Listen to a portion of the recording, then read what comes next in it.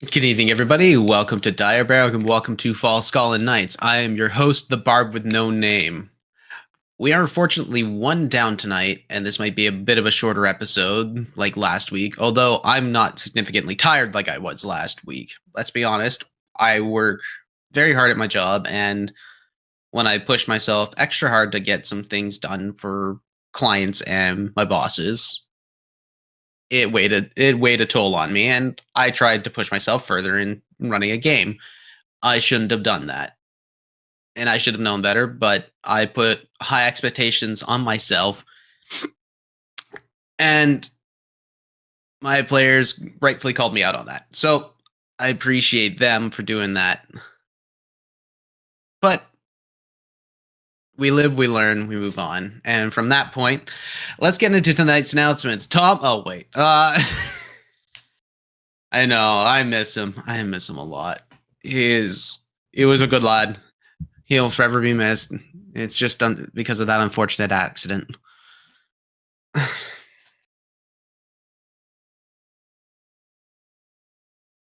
Our Direbread clothing, wear them. D&D Beyond, yeah. We're not happy with them either, let's be honest. And Charminar, I've remembered to remember this time to tell them about you and the fact that you have a band of all bards. Well, not really. Shit! Roll the tape! Go, go, go!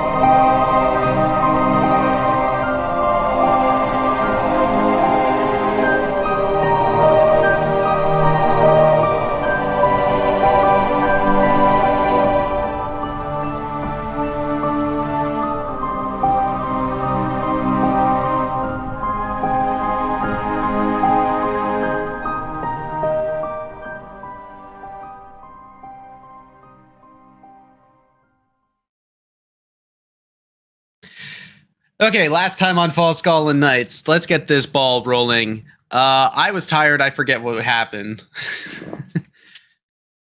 Now, Team Them had finally created a cast form out of the adamantine that had been given to them by Silent Ivory and Koss. With such an endeavor taking a toll on Beatrice, especially being a Forge Master herself, she ended up taking 2 points of exhaustion, and she needs her rest.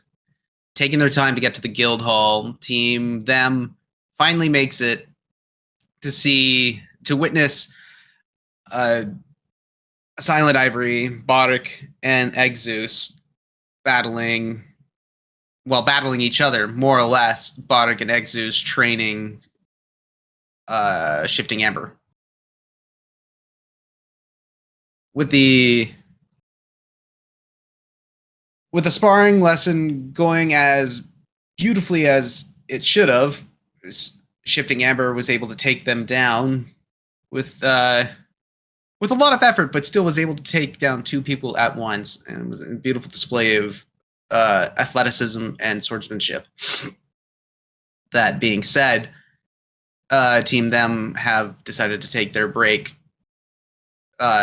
in the guild hall. So, you guys wake up in the next morning. Just give me a second. Yeah. Girlfriend's been sick, and I think I'm starting to catch what she has. Uh-oh. So that means a little bit of the sniffles, but that's okay. Nonetheless, you guys wake up feeling very refreshed, except for Beatrice, because let's be honest, 1 more point of exhaustion needs to be done. But Halsterian, you wake up with new vigor. ready to go.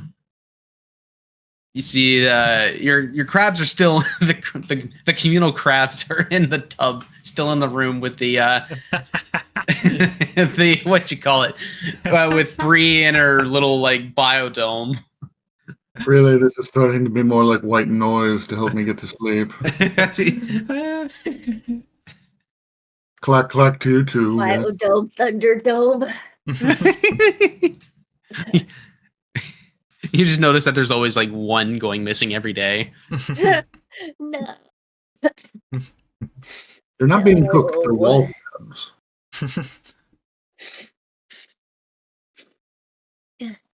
Goodness Yeah. gracious. Can you gnaw with claws? Yeah. They got Anyway. little tooth-like pieces on them. They could.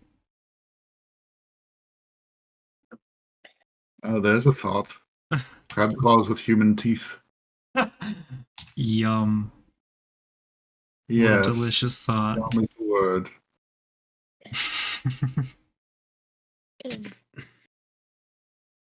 So, the day is shining bright, and birds are chirping. You get a view of the courtyard, and it seems to be very quiet today out in the guild hall. You're not hearing too much of a commotion or ruckus.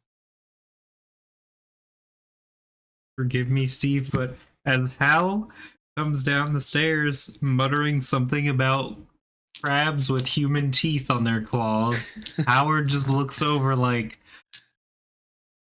what? For gnawing, chewing the walls. We have not polymorphed those crabs in any way, shape, or form. Yet.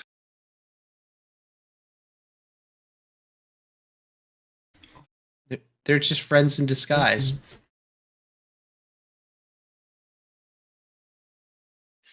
You never can tell. Someday we may have one more crab and we don't know who that is. Maybe it's a true polymorph. We'll never know. Sometimes it's just free, shape-shifting and hiding. Oh no. We do not need that. Let me back up a bit. No child of spleens should be able to polymorph. No, not that breed. Bryony. Yeah. Oh, Bryony. The That actual does make me feel breed. better. I mean, it's a good way to keep an eye out for Libertia. True.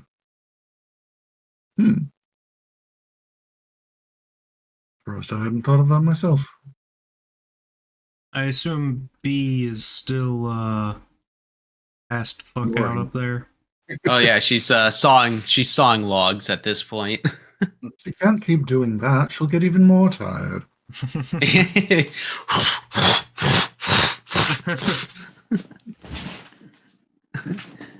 How are you feeling about visiting your grandfather today, then?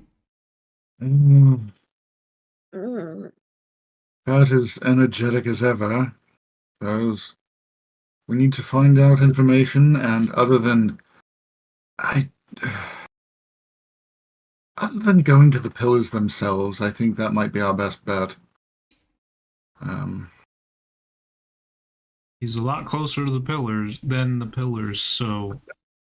Very true. As long as you're up for it. Yes, I do think it's about time we pay him a visit. Alright. Spleen, I assume you have the amulets with you. Yeah, somewhere.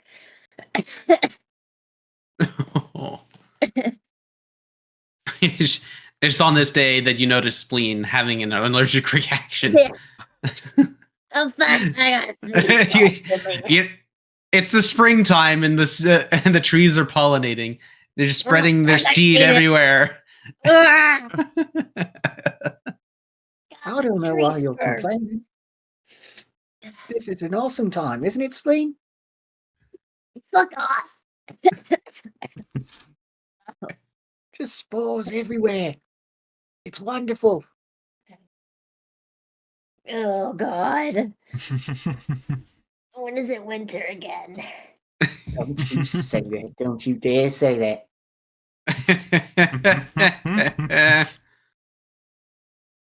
Poor Hal wouldn't survive another winter right away. I think he's right. Yes. That one was rough. Mm-hmm. Uh, We'll just have to avoid hospitals from now on in the winter. And That was the soon, yard stare.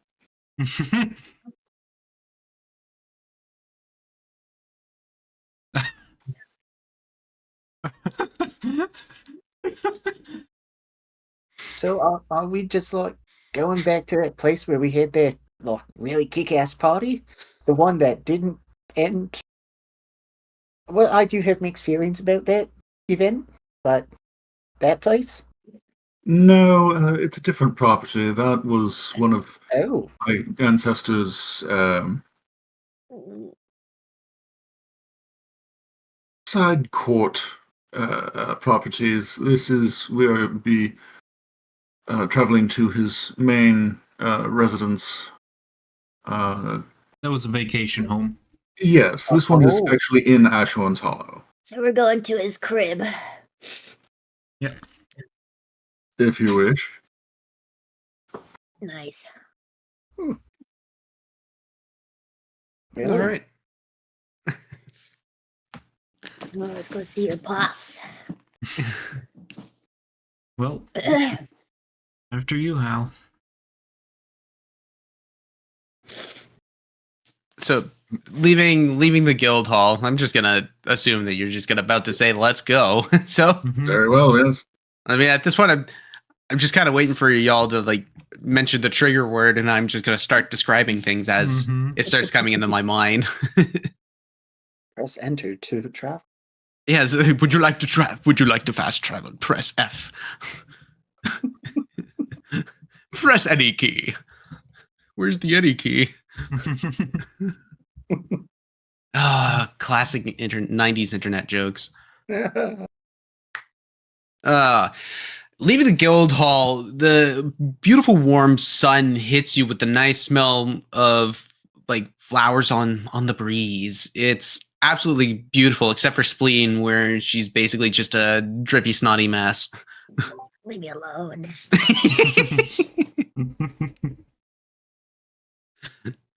We're making this a part of the game. You now have a full excuse to be all drippy and snotty.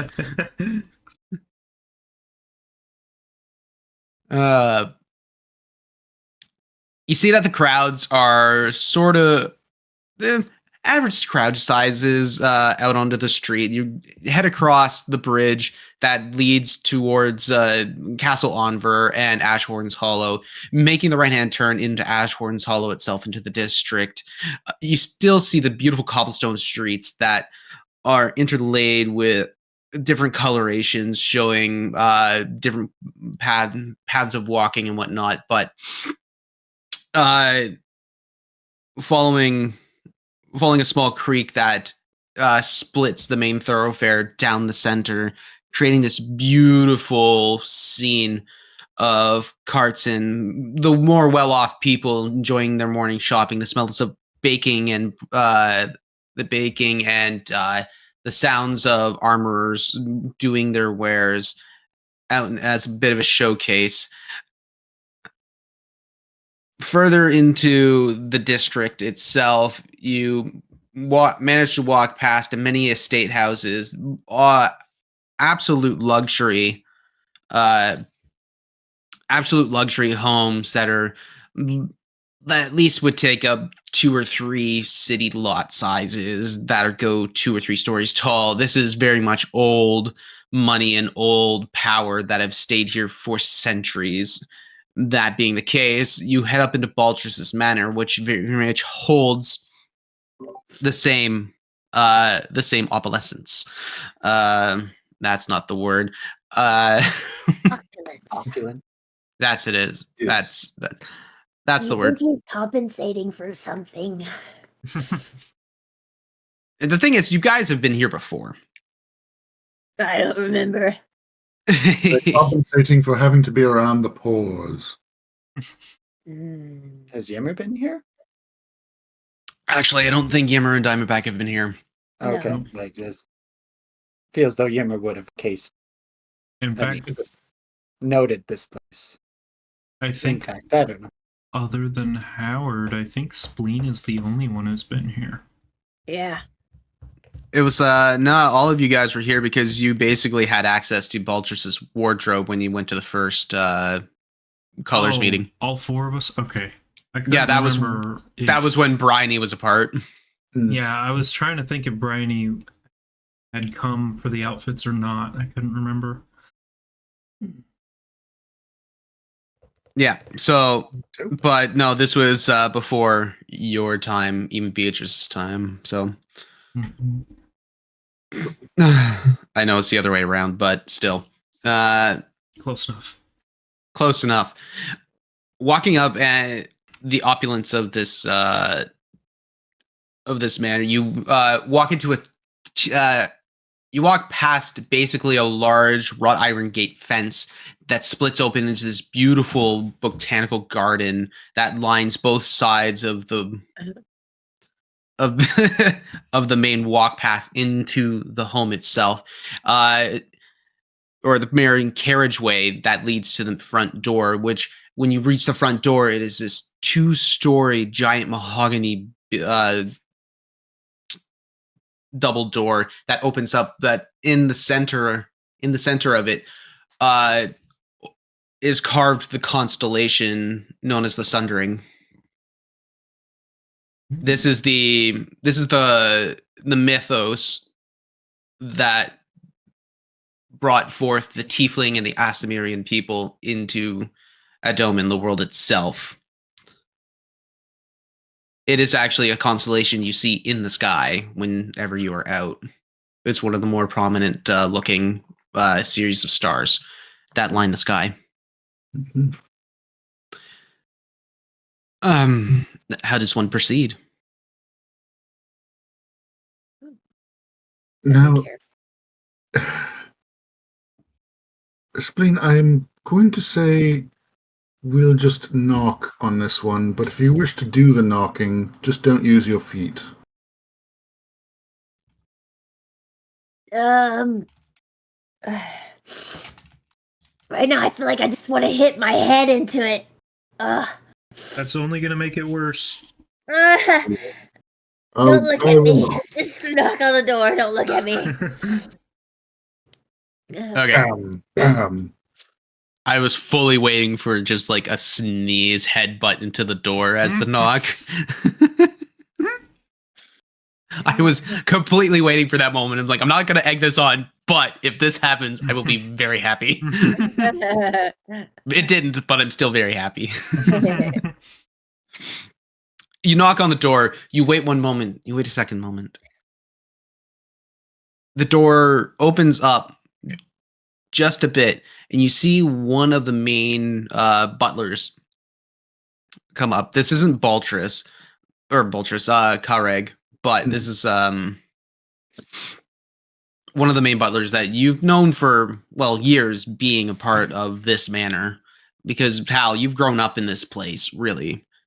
This is basically like the family home, and it stays in the family. Mm-hmm. Yeah, you see this you see this dragonborn male, blue giant, wearing this well-tailored like purple and blue like uniform that kind of hugs the form quite well. You notice that this is an older gentleman. You remember him being called Inzul. Inzul.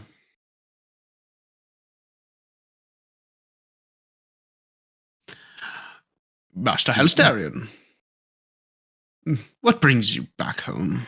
Good morning, Inzul. We need We would like to chat with my ancestor. There is perhaps some information that we can share with each other and help proceeding without, let's say, involving the colors. I'm unsure of the business that the Lord has today, but that is something I can ask Master Kareg. If you give me a moment, and please come in, this is your home. I don't need to beckon you in. Come in, and all of you as well. Thank you. You walk into this main foyer area, and it is marble, stone, columns that line the central part of this building that hold up. Would you see two stories of like open. Oh man, why can't I describe the beautiful things in my word heads? Basically, you see balconies that outline each story, but every bit of hallway has its own like depth to it, so it's its own standing ground and way. So the main staircase that leads up and splits off and rounds into one floor, that when you turn back around and you take the staircase that goes right beside it, it curves right back up into the third floor, but it's all connected and beautifully intricate.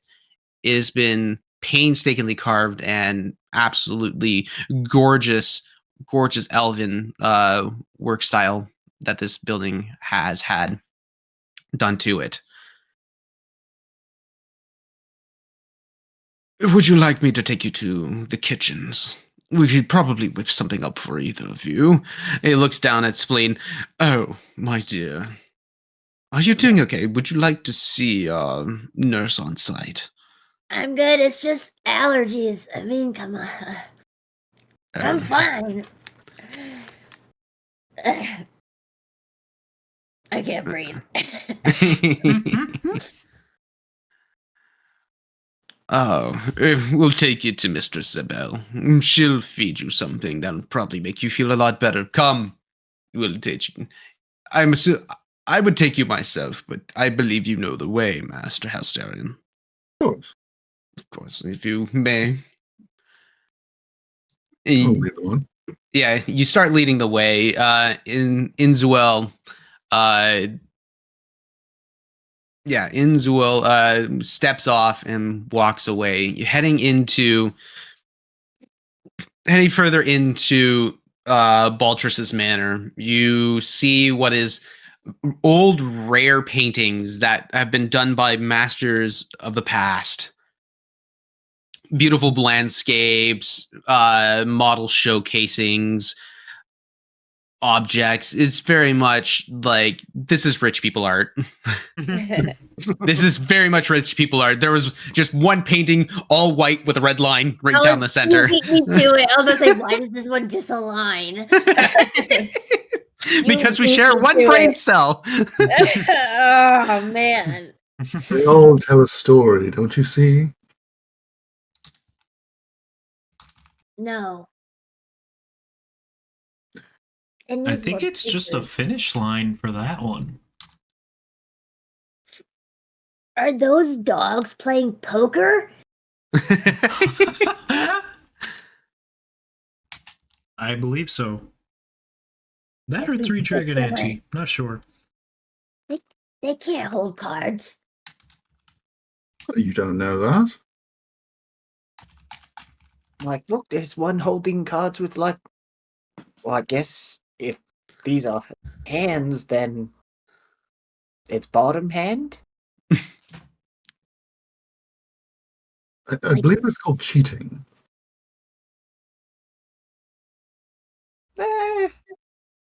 Oh no, Diamondback and I always called it improvising. That tracks. Walking further, rounding into the hallways,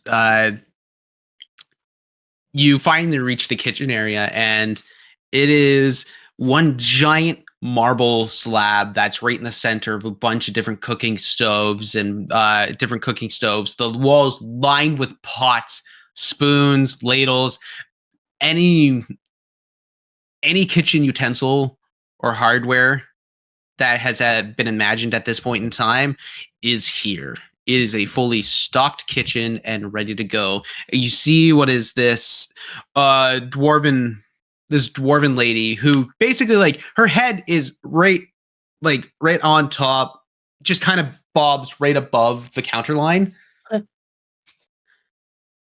Just bobs right above the counter line. She's kind of barking orders back and forth to a couple of the workers there, a couple of young tiefling boys that seem to be learning the trade itself. But she herself is this older dwarven woman, wrinkles hard into it, but doesn't look like she's fully into like the last throes of old age, more or less like equivalent to about the 60s, but lived a very hard life, and she has the wear and tear on the face to show it. Halsterian, you recognize her as Zabel, and she's basically always been around ever since you were a young lad running through these hallways. She just doing just saying to a couple of the young tiefling boys there, you have to fold them in or they're going to get burned. If you don't do this right, they're not going to puff correctly. This is a very specific art and of science to this, and if you don't understand this, I will have to kick you out. Baltrus is very particular about his folded pastries. His puff pastries. She looks up and over. That's it. Master Halsterian. Hello, Zeba. Well, it is an absolute pleasure to see you. It's nice to hear from you again. It's a pleasure that you are here gracing me. I'm a bet that you are hungry. We are a bit peckish, yes. Good. That's what we're here for. Anything in particular? The old favorites? Old short ribs? Greased in a little bit of it. Wonderful. Greased in a little bit of that sauce? Oh, I know you like that one. Or are you looking for something a little more bready? I could do both. Oh, I think we'll be here for the meats today. All right. Well, then you get yourselves down into the sitting areas, and we'll be with you in about 20 minutes. We got a bunch of this stuff already prepped and cooking for the day. And yes, we'll go. So go. Thank you very much. She just turns around. No, not like that. It's no kitchen. It's fucking raw.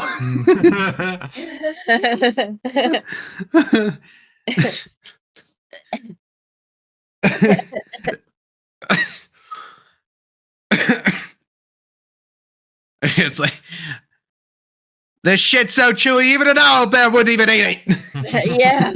Yeah. I'm trying to make something with an owlbear joke in it or some sort of way. Regardless, you sit down and you eat. You sit down into the waiting area, and it's this beautiful sitting garden that has that is encased in glass, and so when the light hits, it reflects off these beautiful crystals into the glass itself that shine and reflect, and showing off all the plants that are in the area that have been well maintained and kept by the garden keepers. Within this home, you see beautiful plants that are not actually native to Falskallan in here. Yimmer, there's a couple of Furkmosan native plants that you also know that are poisonous, but the fact that they're around is like, oh, that's somebody playing with fire.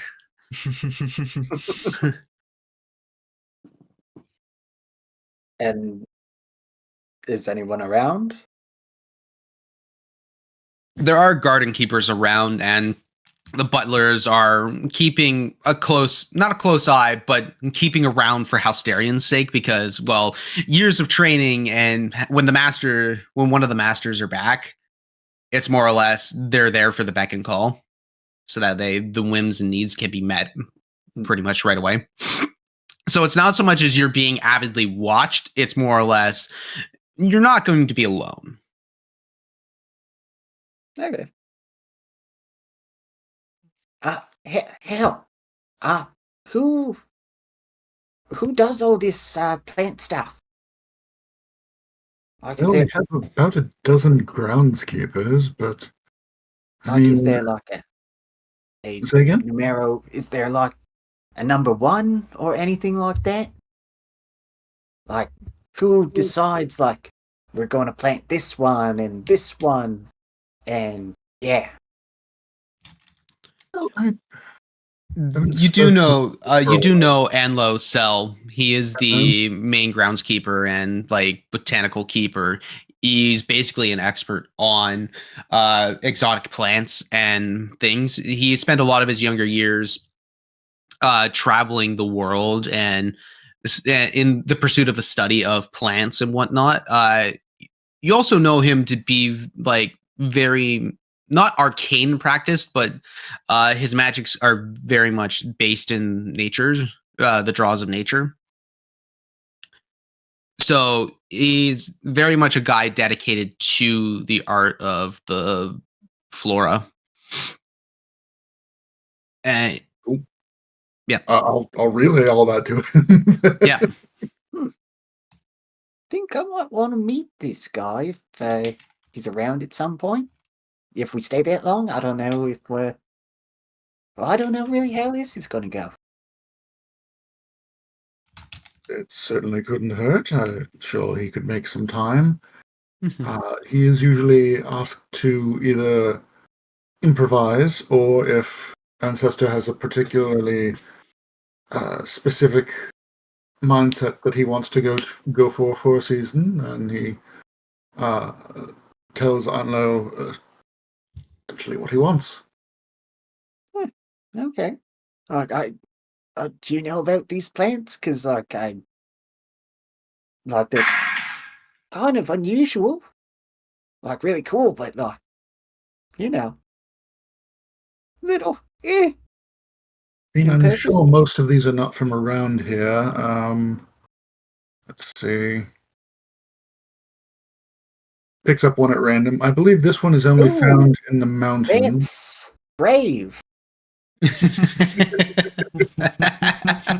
Roll a d20. Yes. Oh, 3.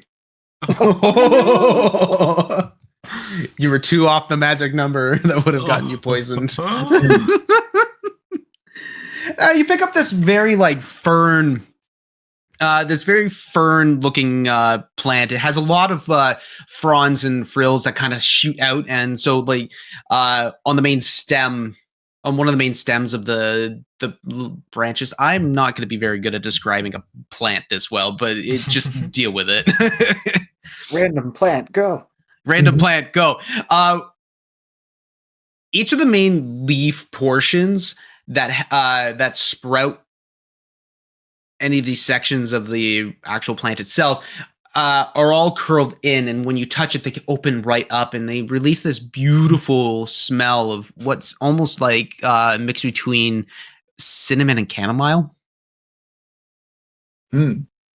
It's a very alluring. Scent. Don't breathe those too deep, however. They are spores. Well, I know. I'm more so surprised you're holding it. Because, like, yeah, the spores are kind of like how it draws you in, but like it's when you touch it that's like, yee. Sorry, I don't want to repeat a Star Trek episode, so I'm going to just put it down. Do you mind if I, maybe take a snip? If you wish to take a cutting, you'll have to speak with Onlo. Okay. It's at this point that you're sitting here that the food comes out, and basically you guys have what is a stew of short ribs. Is very thick brown gravy like that looks to be enriched with wine in a bread bowl that has been not charbroiled onto the inside, but like more or less kind of like it was cut right out and cauterized at the same time of the cutting. So you got this nice hearty bowl that is soft on the outside, but the edge that's holding the actual like liquid portion is not going to dissolve anytime soon. You get this beautiful you get the beautiful cutlery of spoons, knives, and forks coming out, and it's all old elven dinnerware where it's all basically like vines interweaving into each other that almost seem like when you look further into it, you see smaller and smaller little vines that are in there, and you think, how the hell is this even possible? You bite into the food, and it is savory, delicious. It waters the mouth, but also fulfills all the taste buds at the same time. You bite into it, and you basically get everything that you need. And at that point, I would say you gain 10 temporary hit points. Huzzah! The power of a home cooked meal, baby. Mm-hmm. Is that all of us? Or just... Beatrice will also be getting 10 because she's amazing. And doesn't get excluded because life. But we will have to remind her. Mhm. It's also during this time you see this well-tailored half-orc, beautifully groomed and the perfect shit-eating grin coming up. Oh, Master Halsterian. I hear you're asking for Baltrus. Yes, pleasure to see you again, Kareg. It's an absolute pleasure. He does his standard bow.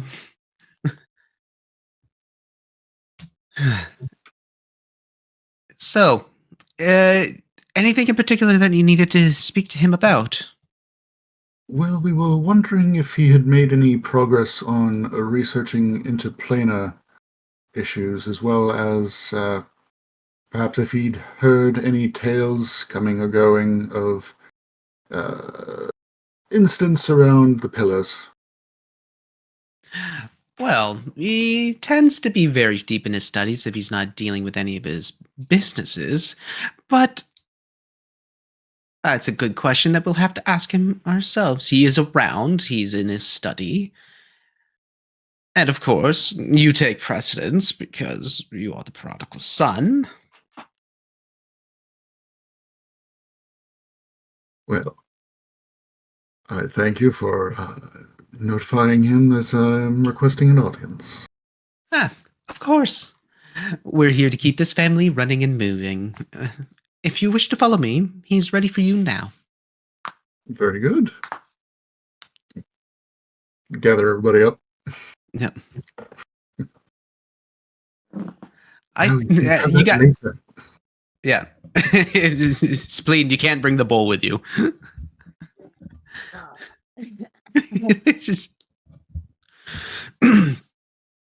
heading in through he leads you through the hallways, which leads back to the main foyer, bringing you up the circular set of stairs, or the winding set of stairs that lead into the top floor.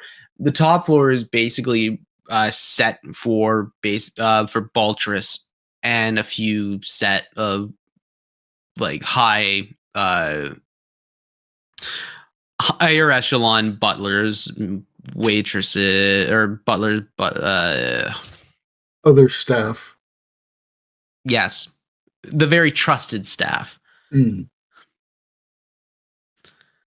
Like the first officers, because you're making a Star Trek references, all I can think about is the first officers. You just walk by, you see a brown-skinned man with a visor on his head, and he shuts the door quickly.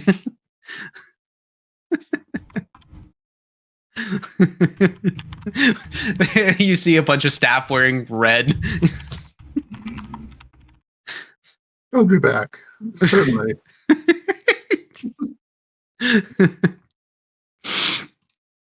Oh man. that being said, he. Okay, where was I? Up into the top hallway, you see very much the most expensive paintings, vases, any sort of artwork or jewelry that has been encased and basically enshrined into this place where this is where if you wanted to show off your fuck you money, this is where you show off fuck you money. Why? Because fuck you. Look at what I can do. Exactly. Kareg is, as he's leading forward, I noticed that it was hard to track you for the last couple of months. I wonder where you've been. We have ventured outside of Falskallan briefly.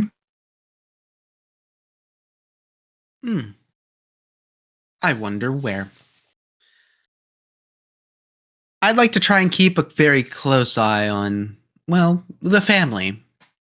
At least know where the whereabouts are, but you've been very elusive, and I find that very intriguing. Do you? Of course. Mm. Baltrus loves keeping an eye on his family and ensuring that they're not in any sort of undue harm or danger. I can certainly appreciate that. Of course. But that'd be something for you to discuss with him about as he leads you right into front of his office. He knocks on the door and all you hear is, "Come in." The door, Karag opens the door he walks through. Lord Baltrus, Master Helsterian, and his company. You guys follow into suit, and at that point you see Kareg do a bow. "Shall I leave you?" And Baltrus, now that you come in, you see him sitting at his desk. You see a slew of papers. You see a slew of papers spread across the desk, and you see a tome, a very familiar looking tome that is there. It's at this point, Spleen. You have got the lockets on you, don't you? I do. You notice that one of them is vibrating. But Baltrus there, you've known him to be very young looking, even though his age surpasses basically your grandfather's. Your grandfather's age. He looks older, and you see visible age lines on him, and this is a first. He starts getting up, and you notice that he's moving with a slight twinge in the hip, where it's, again, for a man who's always been youthful since ever you were a young child, age is starting to show.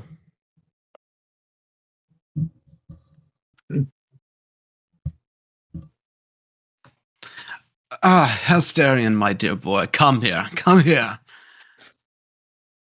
Good day to you, ancestor. Yes, stop with that shit. Get over here. And he comes in, he shakes your hand, and he's kind of like hunching forward just a little bit. And it's good to see you again, and you all as well. I heard what had happened at the party, and honestly, I did not think it was going to happen there. I heard murmurings and whispers, but I didn't think Pride would have the gall. Pride having the gall. Sorry, Fury. Fury. That was my mental slip on that one. Fair enough. Yes, well, Fury does have a lot of gall, and it's all plumped up inside him. I couldn't agree more. God, trying to get them to cooperate with me is like pulling damn teeth. Stop fucking Oh, 30 years ago? 50? I had lost track of time. You get a closer look at this. You get a closer look at this man, and you start seeing, like, yeah, the age lines are coming right through, but the mannerisms that he's starting to have are very much of a very old man. He looks very tired, and you see what looks to be like a crack line right across one of his horns that almost matches your missing section. Mm.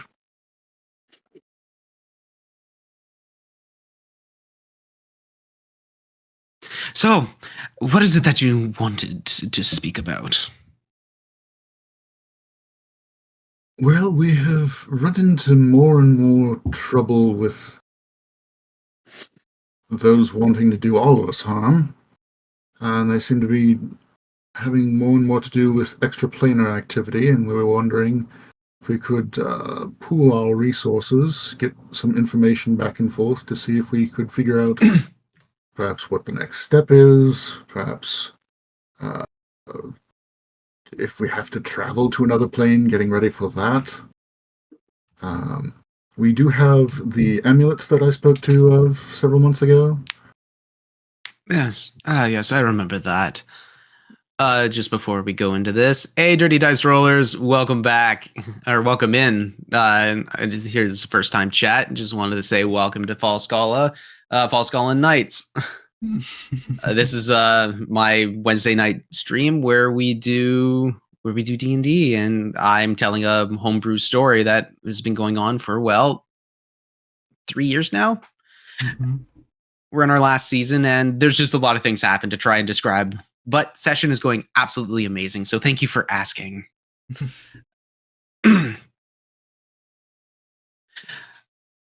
Let me get back into character. That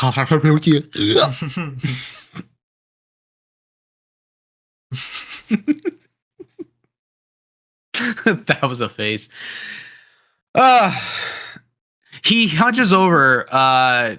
He hunches over and he brings you over to what is like a firelit hearth, but it's not producing a lot of heat. It's more or less just kind of as a show. It's a magically induced fire. He sits you down. I haven't found much into planar magics. I'm not well versed into that kind of magic tree. That being the case, what do you know about what's going on?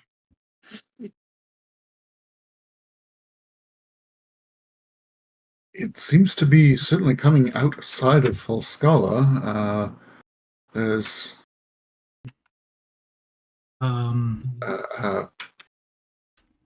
my brain is farting. Help me out here.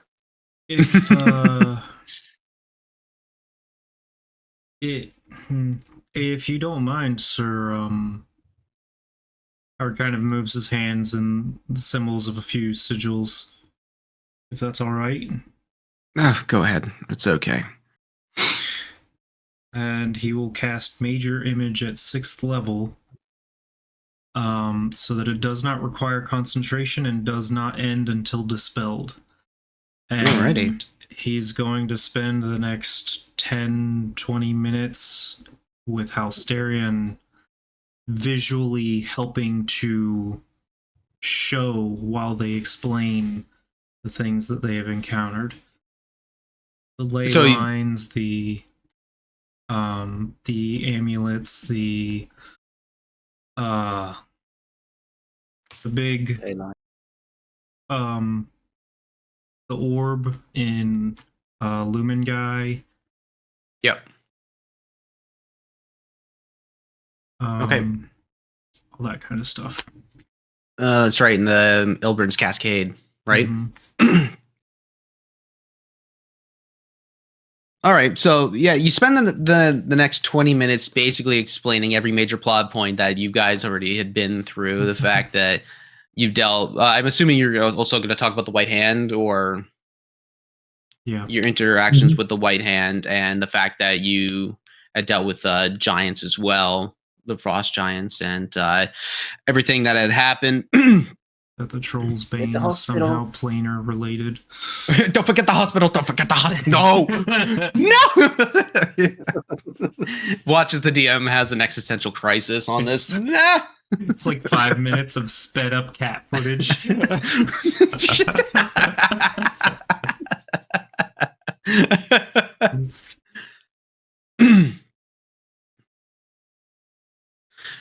You've been dealing with the White Hand now, too. Oh, that's not good.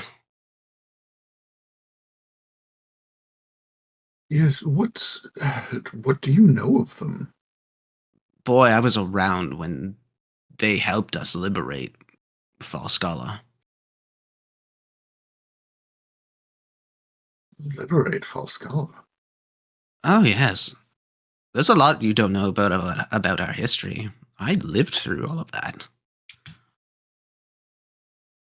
This spans over centuries. I see. I don't normally stick my head into politics because I feel that's just messy work for not a lot of gain.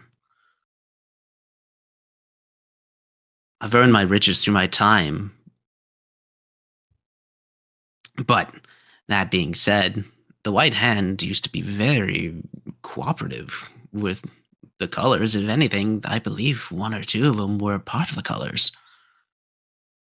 What happened then? Ideological differences, things happen, grab for power, people go missing, people get angry, hold grudges, and that turns into generational trauma and pain and blame and everything. And of course, when the Orcish lands decided to split off and do their own thing, Falskallan had a problem with that, and they fought and successfully defended themselves, keeping Eastern Falskallan absolutely divided. That have went down. And He's basically spewing like 300 years worth of history right at you Right. guys. Like, this is very much nondescript points of time in Falskallan's history that are basically from his perspective.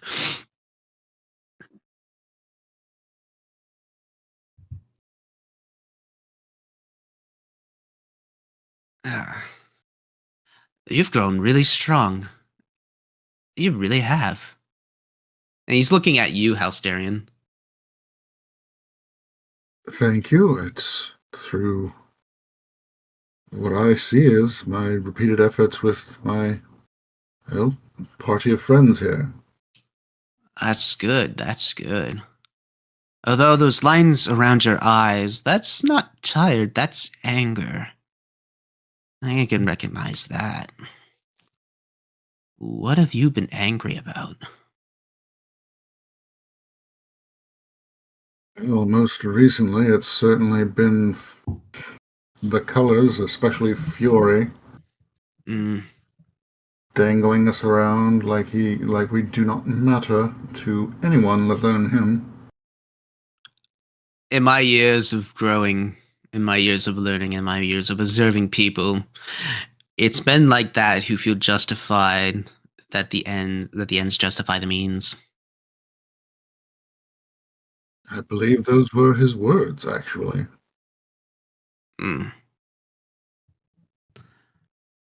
That's unfortunate that a man like him is in power, but I don't control how the elections happen.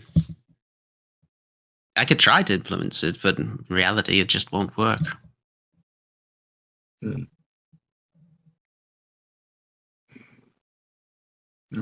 I suppose they don't have replacements chosen unless one steps down, correct? Basically. They normally vet their people. They'll see certain people of certain powers, attitudes, things that kind of match what they're trying to have in their succession. And if they don't have one succeeding them or chosen, then the others will vote and choose one for them. That's in the case of one of them dying. I see. Yes, of course. But normally that's a very rare contingency. I think I've only ever seen that twice.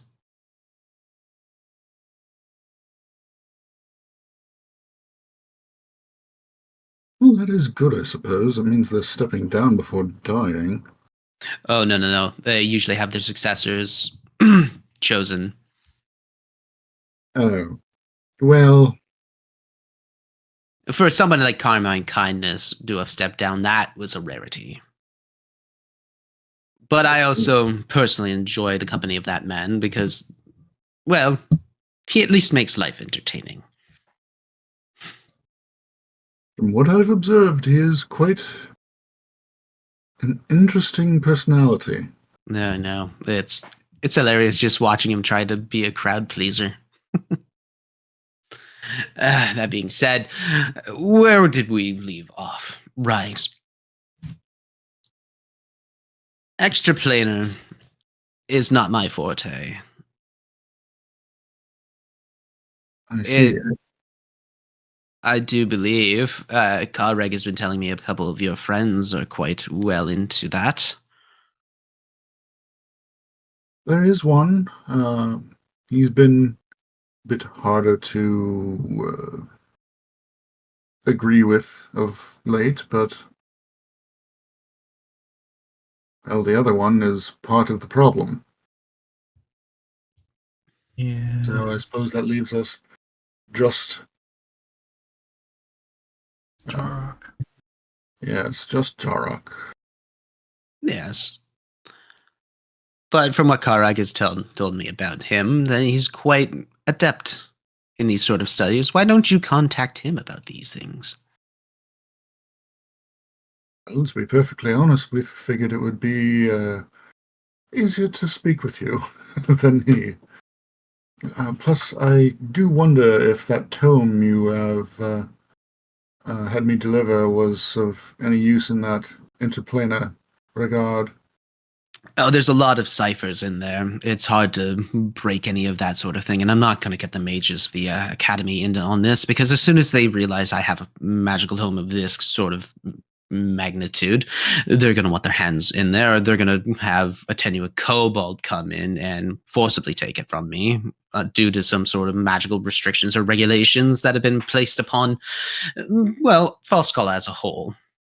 Certainly, I'm beginning to trust him even less than Fury. Meh. From my experience, Kobold's just a quiet man. He sits, he observes, he writes, he researches. He tries to maintain some sort of a orderly peace through the magic world, at least in Falskallan itself, maintaining some sort of regulation. Why I think does... But he did get rather terse about me doing so much as mentioning your name. Yeah. It's probably because of the multiple times I've tried to buy him out or buy the Academy award or two in there under my name to try and influence him or any of the previous, well, magic users within the colors themselves. Like I said, I've tried, but they're very antsy about me or anybody really trying to buy influence.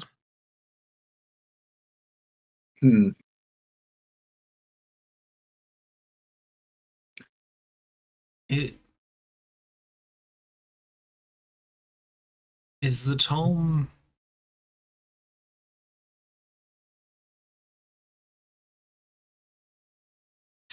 I assume it's probably focused on extraplanar. Oh, probably, if I could read it.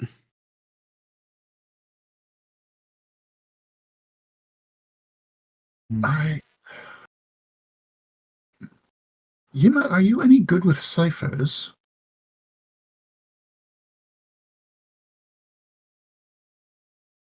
You're muted. No. Yes. Now you're good. Now we can hear you.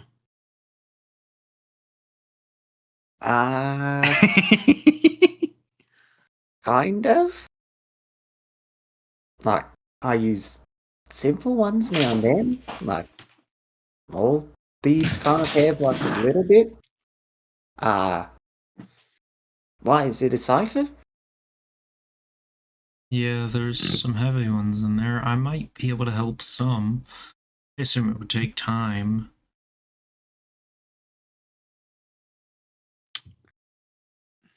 Jerk. Yes, Jirok might be our best hope still. The thing is, he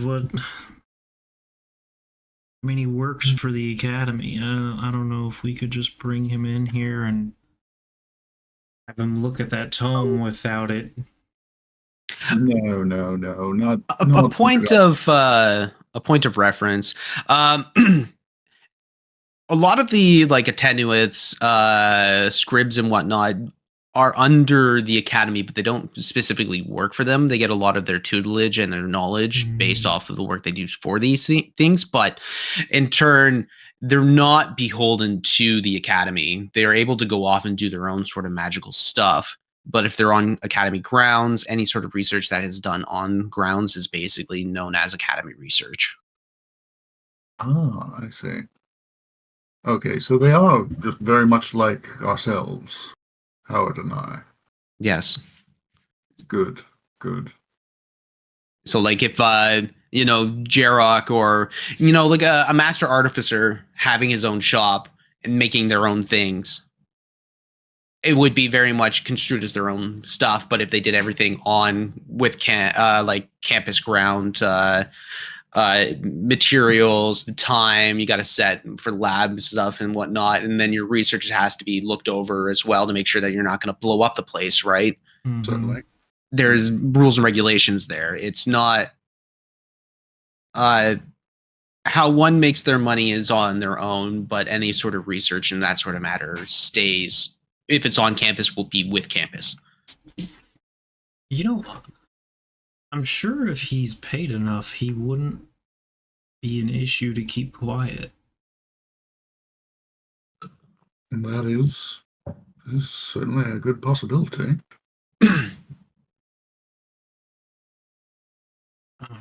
We could keep that in mind.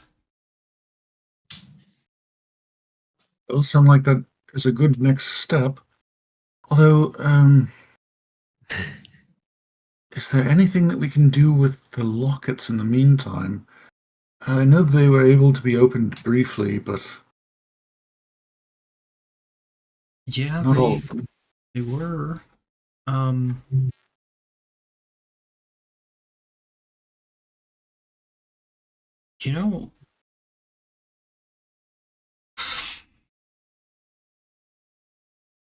We have a name or two that might be helpful, and I believe we can still open them. Spleen? Yeah. I hear what you're putting down. I got these two. Yeah. I have these two lockets. This one is I think this one is Callus. And this one is Patrina. Or something. What I mean, how is this gonna help? Okay, so you're gonna head. So, which one of them was open, or were they both opened? I think they're both open. Okay, cool. So you open up. Which one do you open? Callus. Callus. Cool. You open up Callus, and actually, that is the one that is vibrating. Oh, cool. Yeah, I opened. So this beautifully intricately laced locket that has it's silver and inlaid with gold. It shows little bits of emerald that have been pushed into the locket's metal itself, but also been magically sealed in. You click it open, and you see what looks to be a drow a picture of a drow elf in there. Very slender facial figures, almost like sunken hollow in cheekbones, but also a very strong jawline. So it shows like a case of very strong menace to it, with this close cropped hair and the long pointed ears, with these eyebrows that kind of naturally just point right down, that always gives this natural grin and grimace. You start bringing it closer to the book, and the book starts vibrating in tune with it as well. At this point, Baltrus looks over. Oh. And he, like, just out of pure curiosity, what's going on? Where did you get these? Your mom's. I'm sorry, I had to say it. Gods! He just, at this point, 50 ninjas come out of the walls. Roll for initiative. I don't remember. One of them was from a servant of White Hand. The one running amok in Onver, the girl with the horse that no longer is around. Izana. Yeah. That's right. Okay, yep. And then wasn't the other one in the giant's shit? Yeah, we found one of them in a hill giant's lair, in a cart full of expensive things. One of them was stolen from us. We were ambushed after, I believe that was after the attack with Izana. We took one of them. And they managed to get one of them. They were looking for it specifically. Yeah. Then NC's was taken from us by NC. Yes, that still bothers me. But I suppose it's with its owner, so I don't know what good that does either side. I don't know. Let me take a Baltrus moves in. May I take a look at this, please?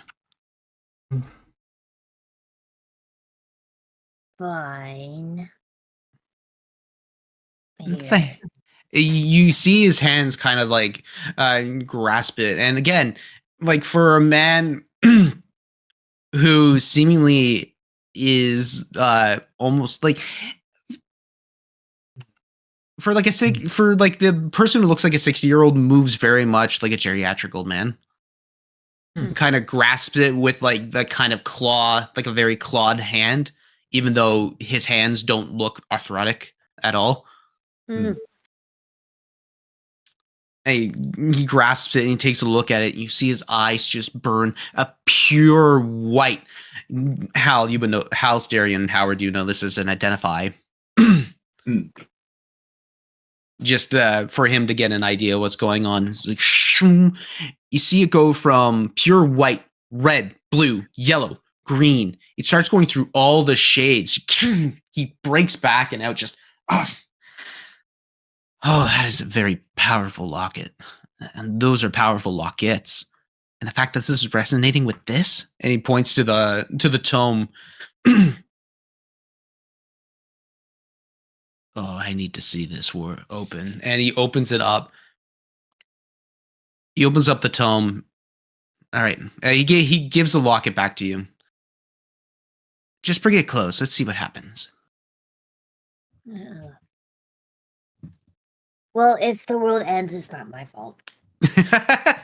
You bring it closer, and at this point, these two objects are violently shaking. It just starts vibrating back and forth, back and forth, back and forth, back and forth until they reach a harmony between themselves and they both stop. You see the locket starting to glow just a little bit brighter and brighter.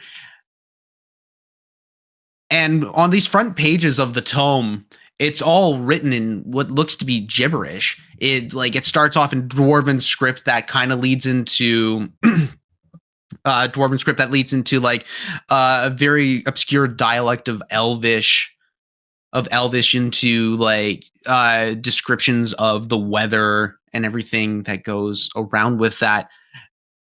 As the locket starts glowing, you start seeing the words shift and meld into what is actually being said. Everything starts moving into spot and into place. And on the front page, Grand Magus of the Dread Plains, Skoga God, Kalis. What? Go Power Grand Rangers, Magus of what? the Dread Plane, Skoga Guard.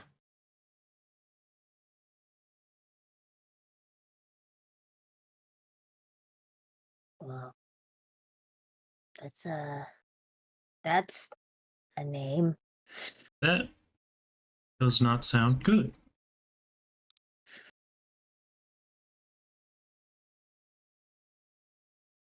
Is it? So do I need to decipher anything, or are we good? It's at this point, this book is, well, legible. Spleen, pull back some and see if it reverts. Okay. You start stepping back, and the words start reverting back into their gibberish. And it's only one amulet reacting, right? It's only one amulet reacting to it. Spleen is looking at it and is like, it didn't change. It's still gibberish. God.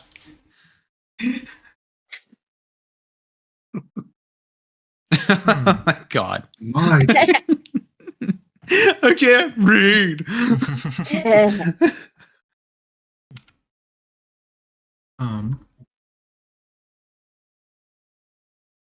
Whoa. No matter how many times I tried to cipher this out myself, I can never figure out what was going on. I guess that it was magically meant to never be read unless this was around. I'm assuming that these are both held by this owner of Kalis.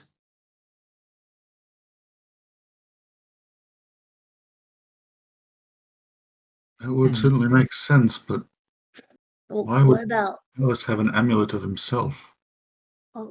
Patrina? Who? The other locket. Patrina. This The other- lady? You open up a similar locket, and instead of emeralds, it's rubies in there. Rubies embedded in. You open it up, and you see the visage of a beautiful drow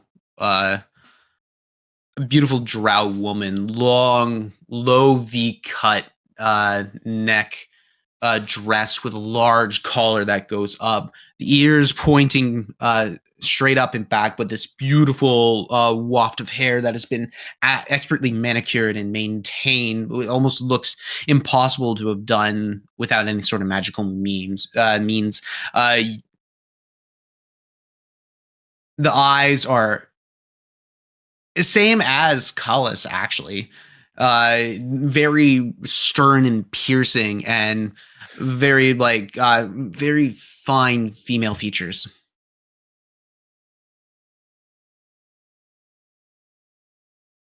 I'm assuming you want to bring the locket up to the tome.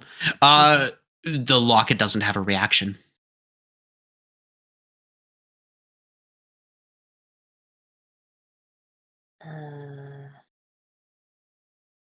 Maybe it vibrates for something else. That would be the smartest thing. I mean, if these are things that are meant to be connected together, this locket and this tome, and then that means that, well, this one that has Patrina in it, obviously is meant for somewhere else. Perhaps I should probably where take it to the woods where her ghost is. The fact that she even has a ghost is rather intriguing. I believe that you bringing that locket there is a very good idea. I agree. I'm full of good ideas. It's And saliva. it's not far from here.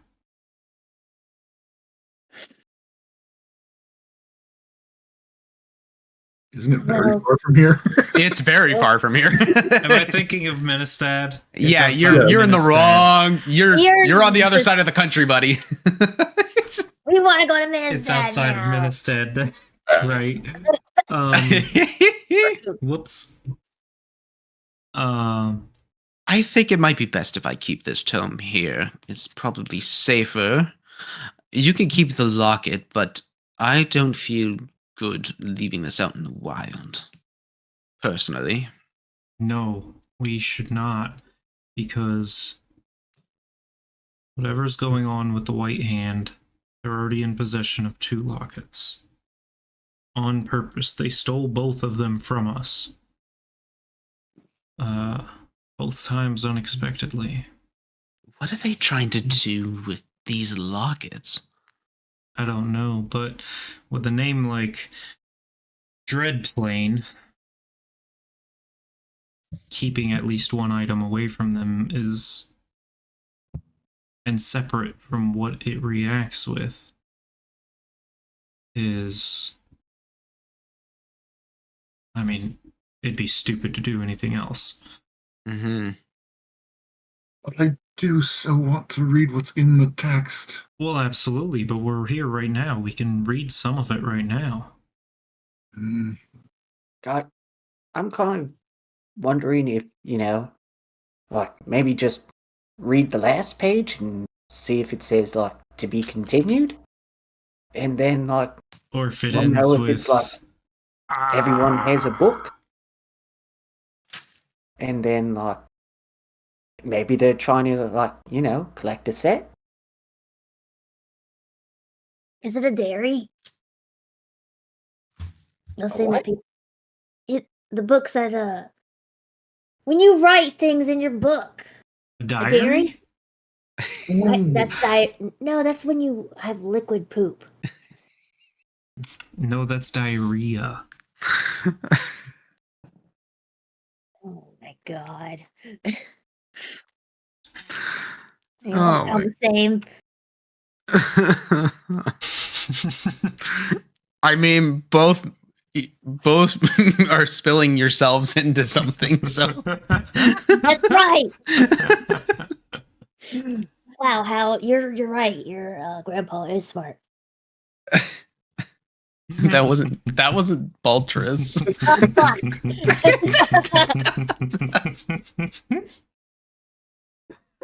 Mentioning Baltrus this whole time. Just being a smartass and saying that.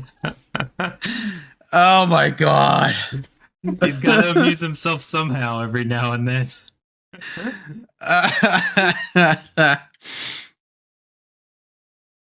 oh, man. All This right. would be interesting to read right through, but yeah, let's go take a look. Let's see what at least what's within this. I mean, we've got nothing but time. We essentially told the colors to go fuck themselves. Oh, I like you 36 all hours ago. even more. Oh, Was rather cathartic. oh, you've done something I haven't been able to do. Oh, my dear boy. He kind of slaps you. He kind of slaps you on the back there, just like, and it's a hearty old man slap, is what it is. Old bony hands. Just,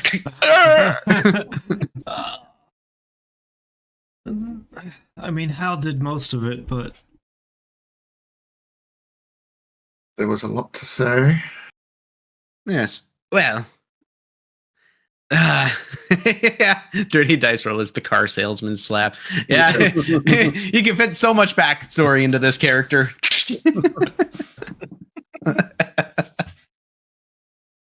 All right, let's go take a look. He starts flipping it open. Please bring the locket over. I'm assuming both of you, the 2 smart ones, are coming in. Mm-hmm. Yes, I'm going in. She jack bees. Actually, that would be really funny to help her get some more rest. Oh my god, that would be hilarious. Come on. 100% suggesting that in character later.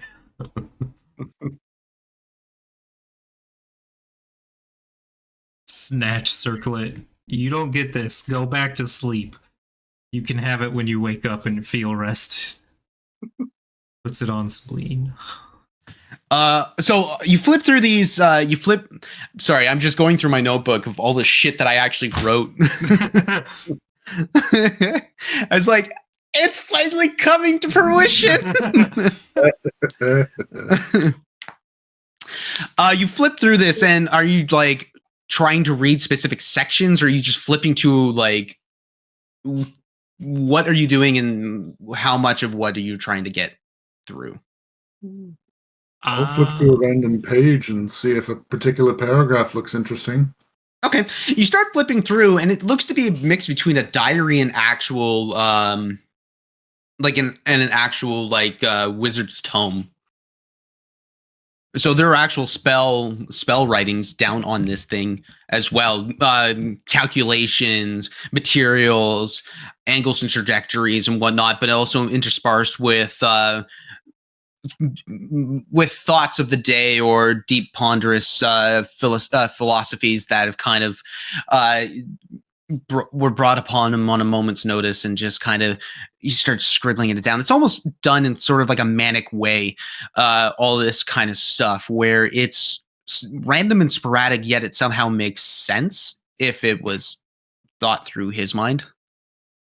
You're trying to parse through stuff. You find large sections where all it is just writing. And a lot of it seems to be more or less about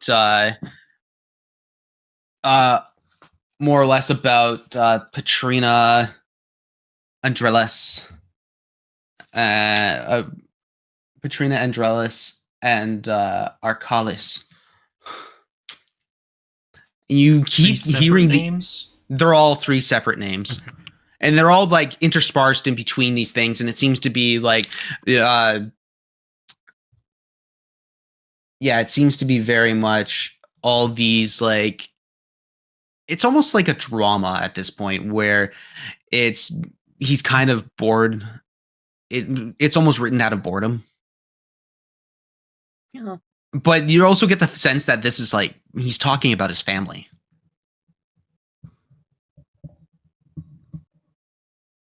And then another name starts popping up.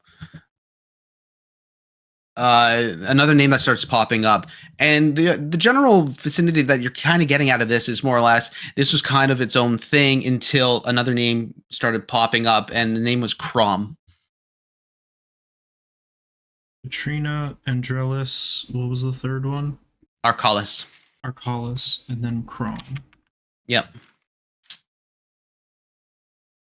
They talk about he talks about going into hiding after like him ruling, him being the Grand Magus of Skogagard, being so dull and bored out of his mind, just researching, continuously researching, trying things out, and then trying things out, but his sister being married to the ruler of the Dread Plane, so Patrina being married to Arcalis. But then this figure comes in. Sorry, give me a second. One. Yeah, no. And then Crom comes in and dethrones Arcalis, and Drelis, the second hand of the king, immediately falls underneath the new king of Crom, and Callis goes into hiding. And everything from this point on is only written about his point of view, because it seems to be he doesn't have a very he lost contact with Patrina, Arcalis, and Andrelis. We are doing a lore dump. And Drellis immediately bent the knee under Crom. Yes. He writes of he writes in the description of what Crom looks like is an older orcish gentleman, bald and tattoos all down his arm, wields magic ferociously, and with a like ferociously and with such disregard to the actual arcane weave itself that it's almost disrespectful. You kind of get the sense that, like, even though he's a Grand Magus, he puts high respect into the art of it itself and the fact that somebody's coming in and basically kind of just death metaling all the way through. Lean mage. You keep flipping back and forth. Yeah, and one of the last, like, you head into the last pages, and let me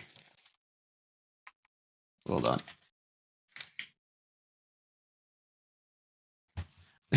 Let me actually read what I've got going on here.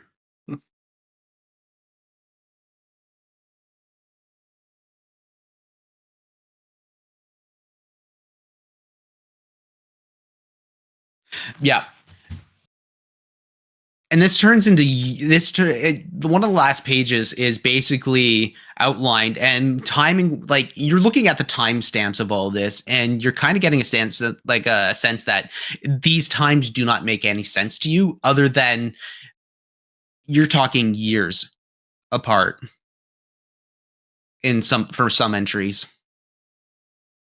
But it seems like the last one of the last pages was Patrina and Drellis and Collis want to dethrone Crom, but Crom has become so powerful that he catches wind that he catches wind and pretty much kills Andrelis, and he doesn't know what happened to Patrina, and that's it.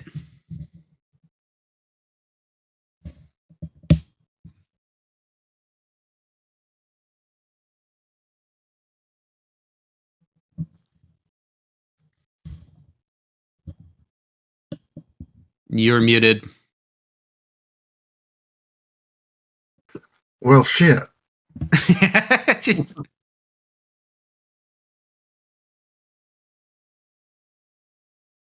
So does it seem like there's more? That was the last page, what was written in here, interspersed with any other sort of magics and other spells that have been blessed into this thing. If we actually sat down and looked at the research, we could probably recreate these spells. Be interested to know what's in them. It could be very informational on what they're trying to do, or at least something that we can use to help stop them. A lot of the spells that are in there are basically just different variations of not spells that you know, but it's more or less like, if you can actually give me some time, I will actually give you a proper tome worth of spells that are in there. But you're basically looking at an Archmage's diary and tome.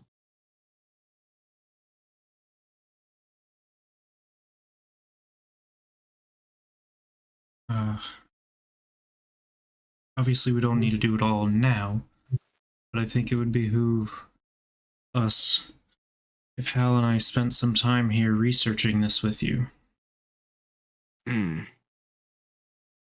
Very much. Like, I will let you know that there are planar magics in here, like planar spells that are written into here.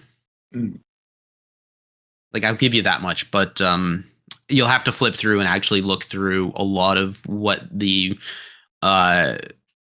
you'll have to investigate what calculations are meant for what,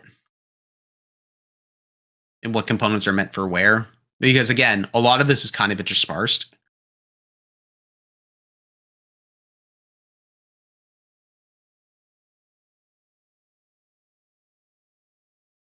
But there you go.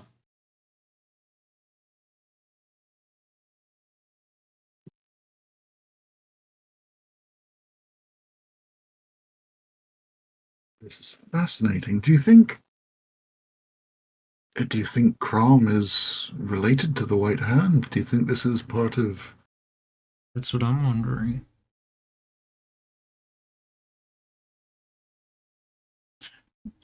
Do we have any idea how long ago anything in here took place? Okay. You don't, because everything was on its own. Every place has its own sense of calendar. It's always difficult and impossible to tell, especially if something like this, where it's like basically, 2 fruits past a tree nut ago. Yeah. It's like there's no set of reference. We don't recognize any of the terms and phrases relating to time. Yes. For all we know, this could be before the Sundering.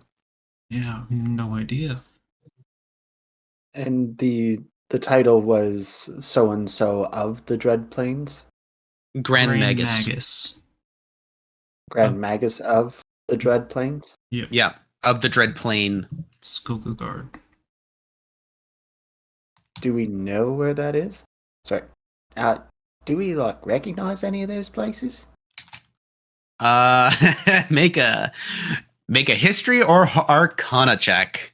That's me asking the smart guys. I'll make the I check. will, yeah. I was gonna say, I will. It is not.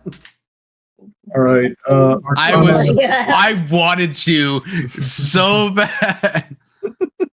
I wanted you to do it so badly. Like, do I know this? Natural 20. No. Could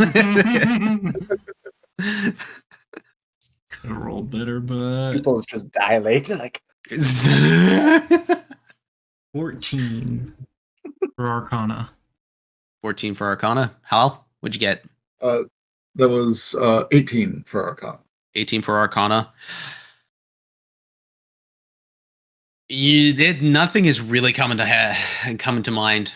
It's the biggest clue in all of this is plane. And the fact is, both of you never studied within the planar magics or the history of planar magics that have been found through Falskallan itself at this point.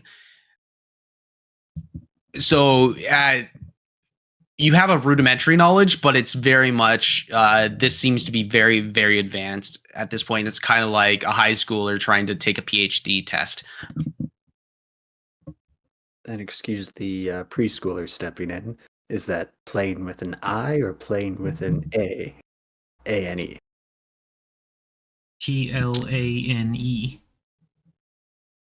Plane. So he flies.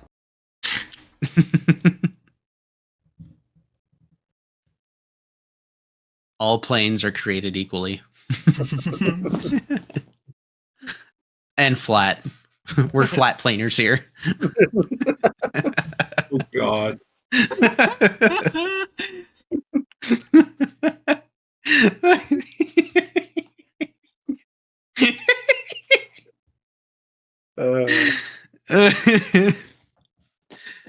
That being said, yeah, that's the best you can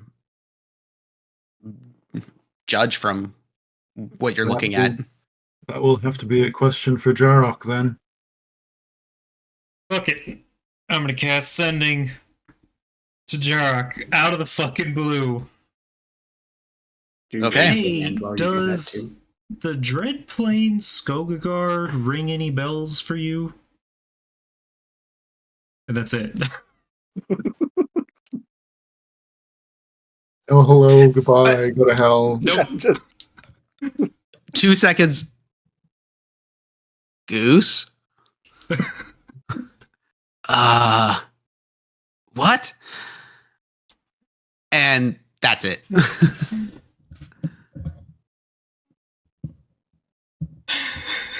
One more. Oh, my Yeah, God. it's me. For planar history. Curious about some planar history. Ringing any bells? If you want to talk to me about planar history, come to the academy. I'll be there. Damn it. He wouldn't give me anything. He just said come to the academy if we want to talk. Oh, what a surprise! He doesn't want to chat in the way that we want to. You just hear Ascending come back. Fuck you, I heard that. You left the line open.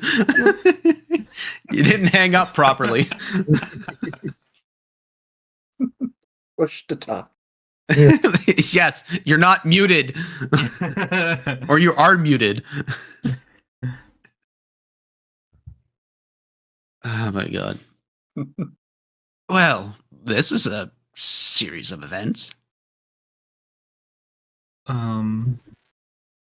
Yeah. I'm pretty sure Gelbin didn't realize what he had when he sold this to me. He sold it to you? Well, him and Sabrak like to acquire stuff from Korihara. Case in point, Yimmer, this is where you Oh no. had Oh yeah. Is it coming back to me that we found an amulet way out there? Back in yeah. That was one of the ones that got taken. Oh. So this was a while ago. Some might say the premiere of my time.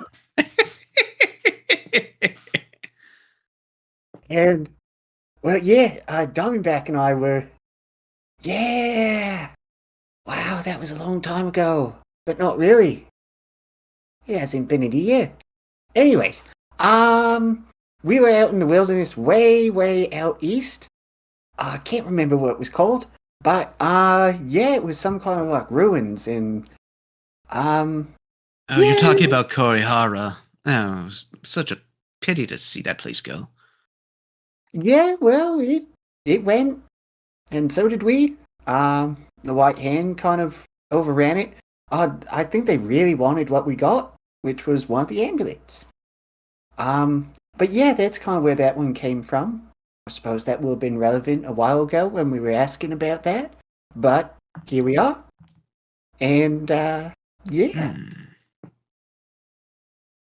Probably should ask Sabrak and Gelbin a bit more about that. I don't know if they know much about stuff like that, but I mean, they're the ones who decide to send their people in there to grab expensive materials.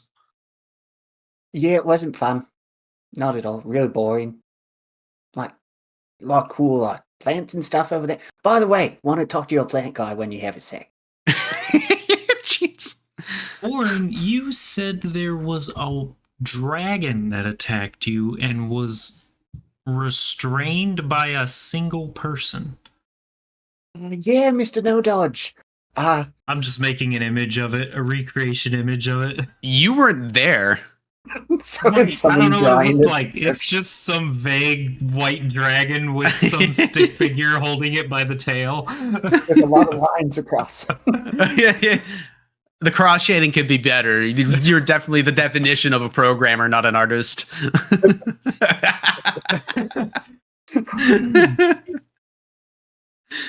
The greater image has little college lines going through it. Oh my God. Graph paper.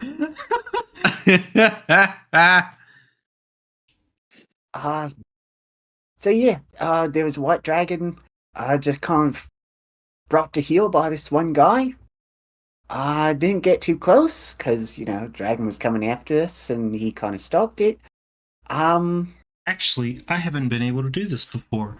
Yimmer, I'm going to change the image to look like Roneth. Full size. Yimmer, Yimmer, you recognize that visage. Oh. That's Mr. No Dodge. That's Mr. No Dodge. Yeah, that's him. He's the one who held back the dragon? Yeah. Like, pretty easily. The hell? You know, we were curious about that. And The I hell guess was he doing there? was.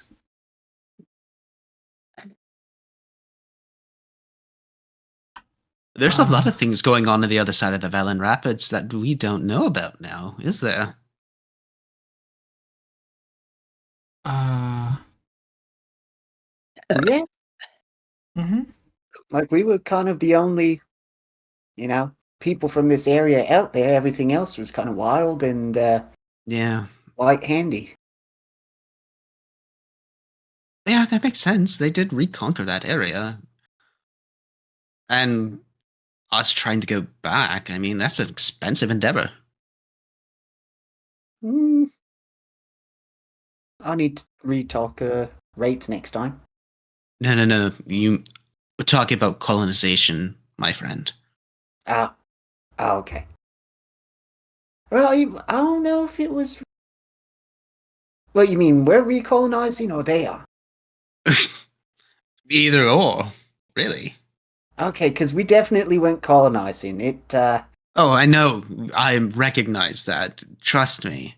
I'm just saying in general. Ah. We lost it 20 years ago, that last war. Yeah. Yeah, it probably was a nice place. Never been before it. No. It was very much out of the way. Yeah. Very Yeah, much very out of the way. It's frontier cities. They're always on the edge. At that point, that one lost its bet. So, what else could you do? Yeah.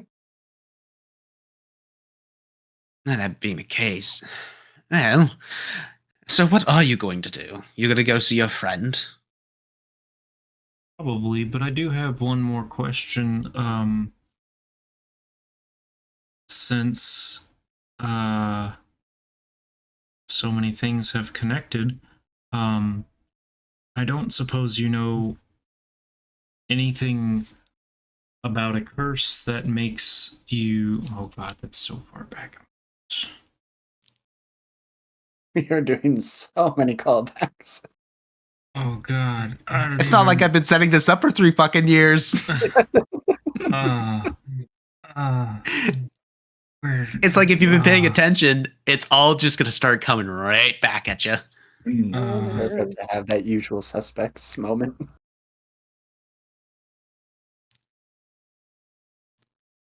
This is where I love a plan coming together.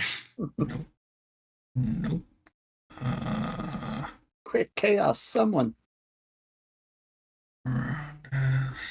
Spleen, pine cone in the fireplace. Oh man. I tried to identify the curse that was on him. He knows he was cursed. He doesn't eat, drink, or sleep. He doesn't need to, and he doesn't eat or drink partially from the lack of need and partially because it just tastes like ash.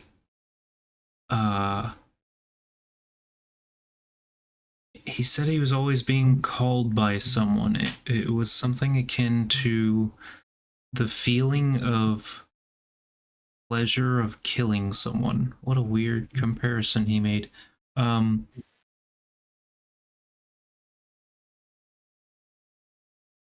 We also couldn't heal him. Nothing we did worked on him. He doesn't remember who he is either.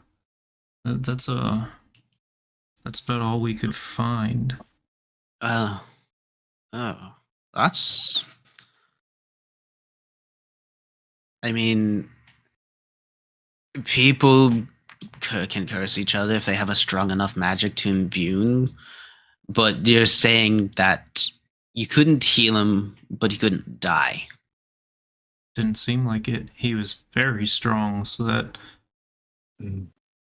Matches with, what happened with the dragon. Holding back a dragon by a tail with your bare hands is insane. That is a definition of strength beyond all means. I don't know if that's a blessing or a curse, honestly.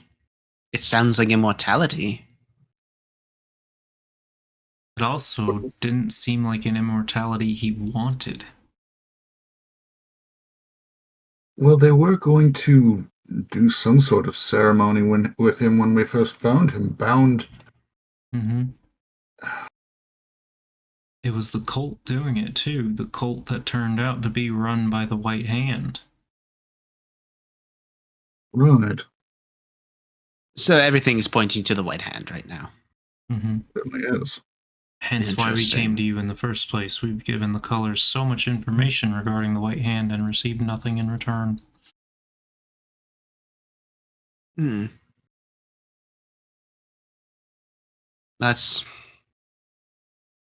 going to need time to ponder on this. Understood. Well, if I'm not here, I'll be back at the vineyard. And anytime you show up, please let me know beforehand so I can at least give my time proper to you.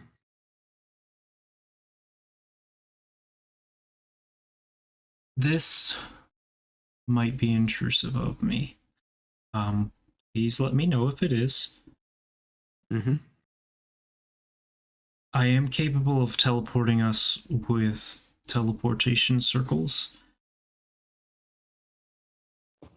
If you have one, it could be beneficial for me to use it, or know it so that it can be utilized to get back here quickly if the need arises. Obviously, with letting you know ahead of time. I wouldn't want to push boundaries. My friend, I'm rich. Of course I have one. Hence why I ask.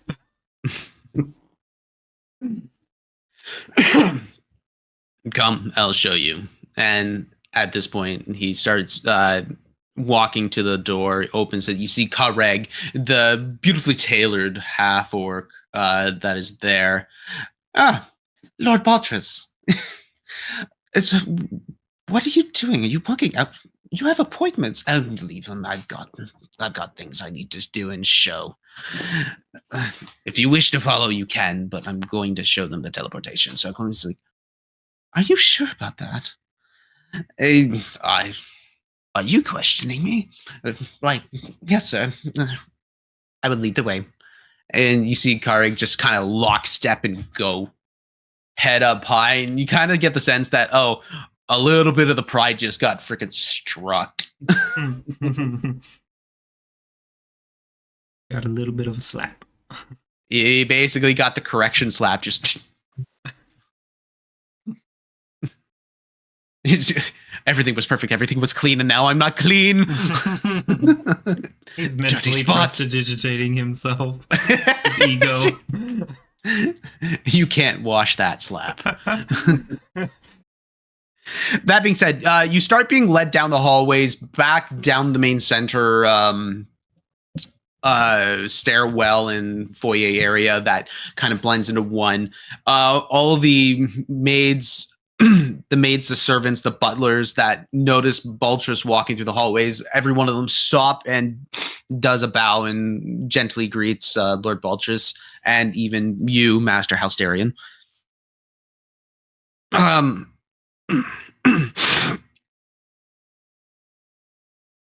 He starts taking you down a couple of hallways that you were never allowed to go down as a kid. You were basically told like this was off limits, and if you even tried to go there, Kareg would, corporally punish you for it. And you've tried a couple of times in your lifetime, and you've gotten a good couple lashings for it. Not full on whip lashings, but like a good back end to the side of the head, and for good reason at that point. But you start going down these hallways and you head down. you hit the one door down the center room. He unlocks it with a certain with a couple sets of keys that he has kept in his back pocket. Clicks one, clicks another one. You open it up and you see what seems to be a room of magical artifacts. Some of them still holding a bit of a magical charge to them. Others have dissipated throughout time and very much just a relic of old Empire stuff, of old Empire things. You see Formosan like jewelries and well etched and marked stuff. Something from Guduria, Sengolia, like a whole bunch of the different provinces of the old Empire that had before everything had fallen. Walking through, he hits a further back room, opens the door, and you see what is a teleportation circle that is very much hasn't been used in a long time. There's a lot of dust caking the floor, whatnot, and a lot of the room's decoration are very much old tapestries, showing of a very long time ago, of like kings that have long since passed and don't have a real foothold of name in the common vernacular. It's definitely, this is a place of history in here, and the fact that a teleportation circle is in here means that this was probably used as a direct access for anybody who was bringing magical objects in to not be seen to do such things.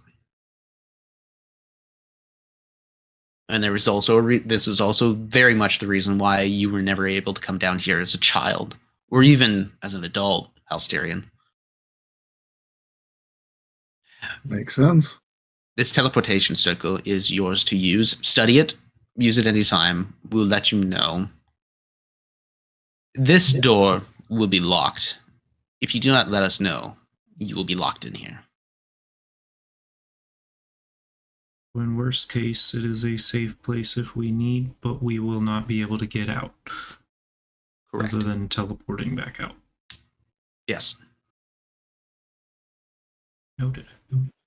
I Good. greatly appreciate this. Well, it seems like you've gotten yourselves into some very deep trouble. And this also allows us a place into Onver from teleportation means other than the guild and the castle. If need be. Someplace where the colors don't know we're coming and going. Yes. As at that point, he points, Baltrus has followed suit and he comes and he points to Halsterian. That book of yours, can I see it? Of course. Takes the book back out. Good. Come. He opens it up and he goes to the page where you basically do your sendings. Your verbal sendings. He puts his hand on top of it. You see this green glowing, and this the very familiar essence and magic that you have used to, that you've used since he's given you access to it. And you see the handprint just start to burn into that page alone. He lifts it up and it leaves a perfect imprint of his hand and it just fades into the ink. You should be able to contact me, no problem. Very good. Thank you. Which at that point, you now have the ability to contact Baltrus without expending any sort of magic spell slots or do any of the extra shit that that tome requires. Awesome. So in turn, if as far as I'm correct, you can have up to like 2 people that you could communicate with or something like that. I believe it's 3 now, but yeah. It's 3 now, but Baltrus, you can now communicate with Baltrus without expending any one of those slots. Okay. Cool. I will write that down. Benefits of your family being a patron.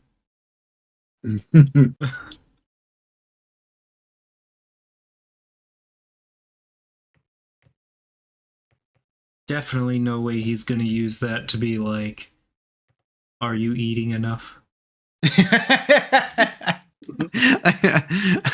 Asterion, I don't know how to turn the TV on. I want to see my shows at 7 and it's not on.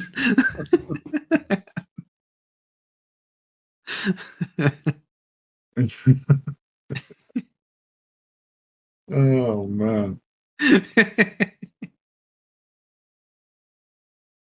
All right, with that. Uh, God, Matt. Love it. Mhm. It's only 10 gold a month. Add one line. God. Oh man. Oh, that's jacked Falskallan rates for you when you get a duopoly going. Beats the other rock provider.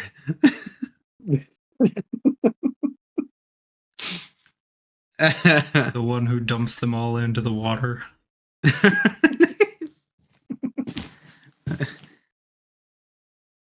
It's a very soluble solution. Yes. Anyway. So with that, are you leaving us now? I think we all have a lot to digest. Mhm. Mm-hmm. All right. Well, do let me know what you find. Absolutely. We shall. Thank you very much. To the academy. Thank you. Yes. Thank you. He turns and walks out. I'm assuming you're just going to walk to the academy. Oh yeah. Yeah, it's nearby. It's like the teleportation circle is just there. So you take the time to study and learn the teleportation circle. You now have 3 within Onver itself. You've got, what, 2 in Menestad? Or just the 1? I think just the one in Ministad. And that's at the castle in there. I can tell you in just a moment. Is it just Howard studying it? Did you use the teleportation spell? I mean, Circle spell? is Hal busy studying this as well, or is it just Howard? No, it's just me. No, I wouldn't. I don't have access to that. So while Howard's studying it, I ask Hal, so Hal, you kind of know these teleportation circle things, right? Yeah. So a thing that's always kind of screwed with me. What happens if you teleport somewhere where someone else is standing? Like, do you get like a, we're sorry, your teleportation could not be connected? Or like, do you like teleport into them? Or like, because like, don't get it's really They scary sometimes explode? getting onto those Like- things. Oh my god. I believe they simply get displaced, moved. Like, moved a little bit over there and a little bit over them over there type of thing. Simply out of the way, to another place within the circle nearby. But what if like it's a lot of people on the circle? Well, then they go get displaced outside of the circle nearby. Oh, you don't like it. Oh, okay. I feel a little better.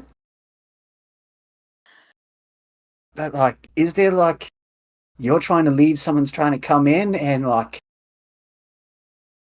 kind of fuck each other? Well, I haven't heard of anything quite like that. well, Especially not of anyone coming in at the same time to the same circle. Oh my god, that would be even worse.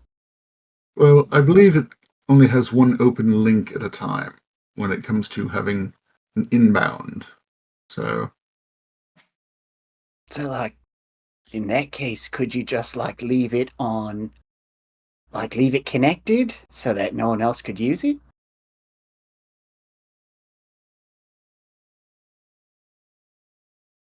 it's a very good question. I don't know how all this like magic I mean, stuff works. It's just generally, it's a single instant of use where the teleportation simply works. Keeping the teleportation circle open would be dangerously high levels of magic. Tear the weave apart. I wouldn't recommend even trying that. okay. So that's not something I have to worry about every time I step on it. No, sir. Okay. Well, I feel a little better. But yeah, it's I'm just getting like, all right, Stargate. All right, Dr. Bones.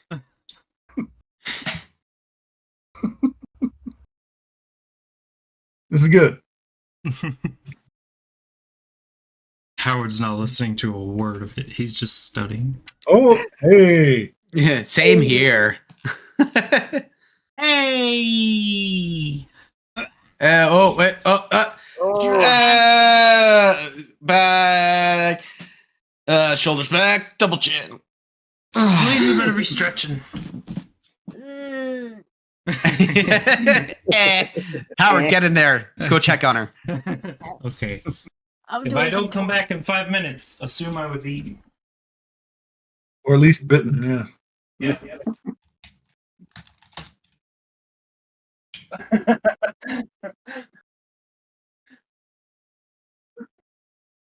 She's stretching.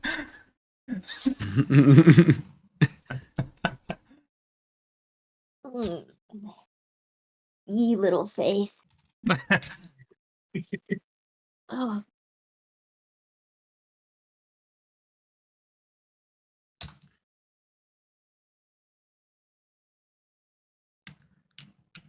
Yes. So at that point, To the academy. to the academy. Da, da, da, da, da. meanwhile, at the academy. Meanwhile, back at the guild hall.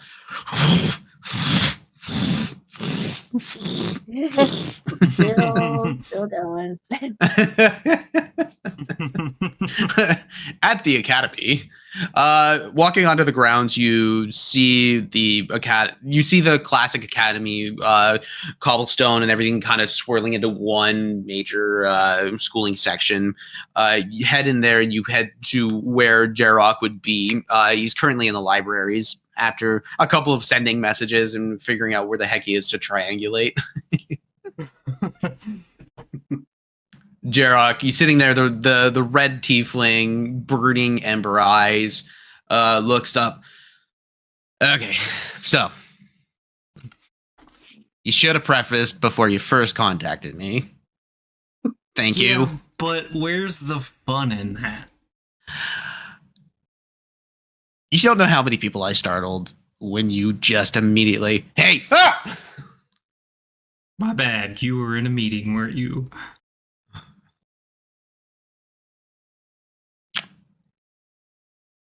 Preface next time. Thank you. Yep. Got it. Yimmer leans over to Spleen. I think he was doing something private. Make an insight check.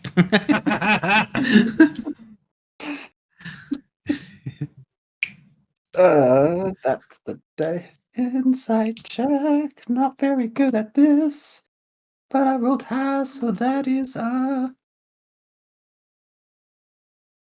19. 19. You firmly believe that he was doing something very private.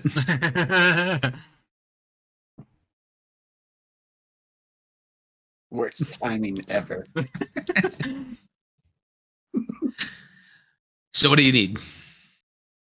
You told me the plan, I forgot it. What is it? The Dread Plane Skogagard. Dread Plains Goga Guard. Okay. So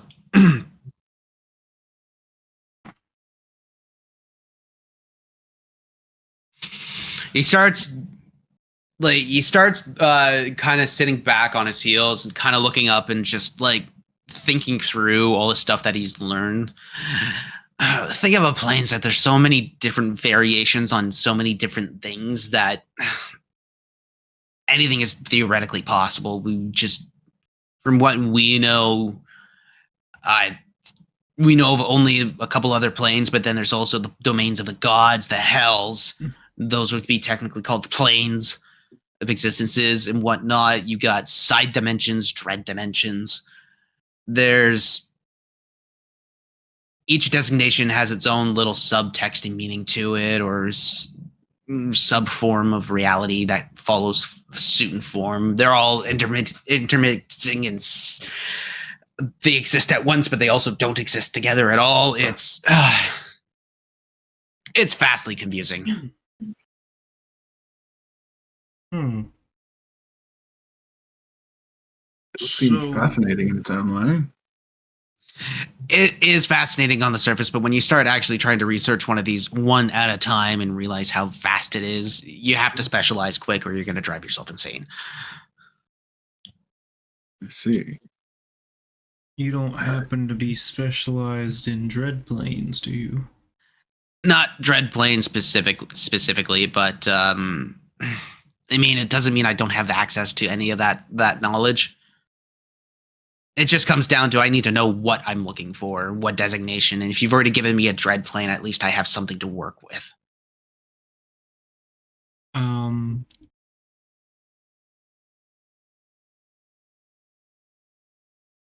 Yeah. See what you can find about. Why would I just go out of my way to do this? That's a good point. You just come in here, you tell me about this, and then you just start demanding I start looking at this stuff. That's a real good point from your perspective. Did not think about that. I know you can be really dense socially sometimes, but this is a very socially dense moment. There's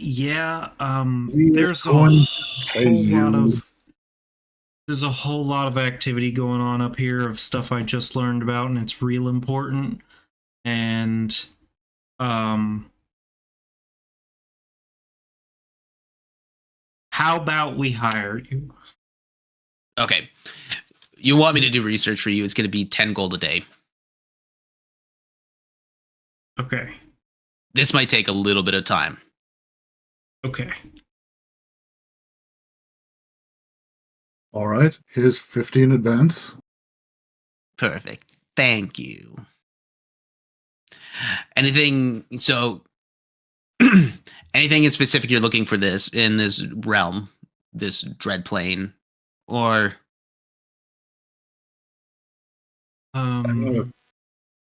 particularly monumentous events, people of interest, if they had any interactions with other planes. Mm-hmm. I will see what I can do. Thank you. Appreciated. Now, may I go back to what I was doing? Please and thank you. Mm-hmm. Thank you. It was a pleasure seeing you again, Goose. Hal. By the way, one of the benefits of this might be that it's related to NC and why he is working with the White Hand. We don't know yet. Interesting. Well, that motivates me more. Keep it in mind. Yeah.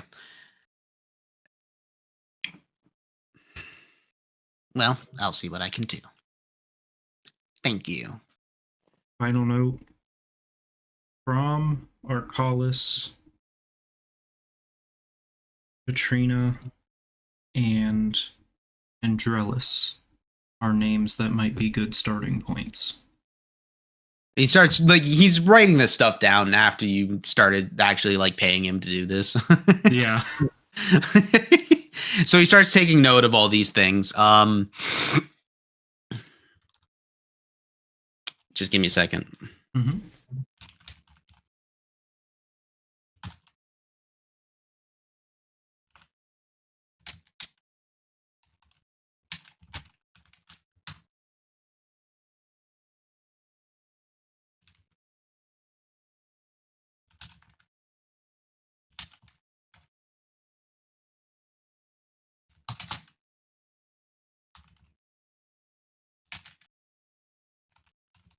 Okay, there we go.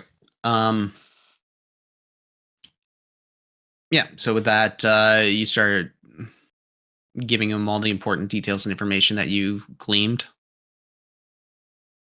Withholding some, but in We're general, not talking anything. about the lockets or anything any more than he already knows. Yeah. Mm-hmm.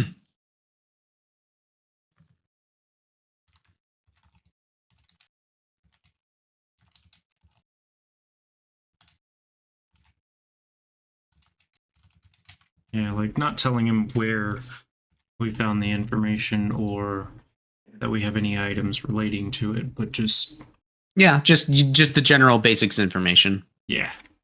Cool. So with that, yeah.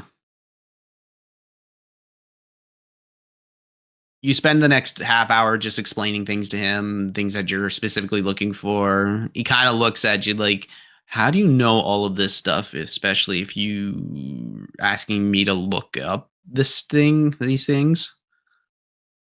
But he doesn't question it. He doesn't question it. Because He doesn't paying him. Pretty much. You don't pay him to have an opinion. You're just paying him to find shit. Yeah.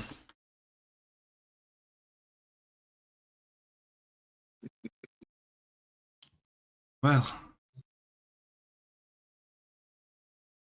Sweet. How are you feeling about visiting Gelbin? Spleen's sleeping with her eyes open.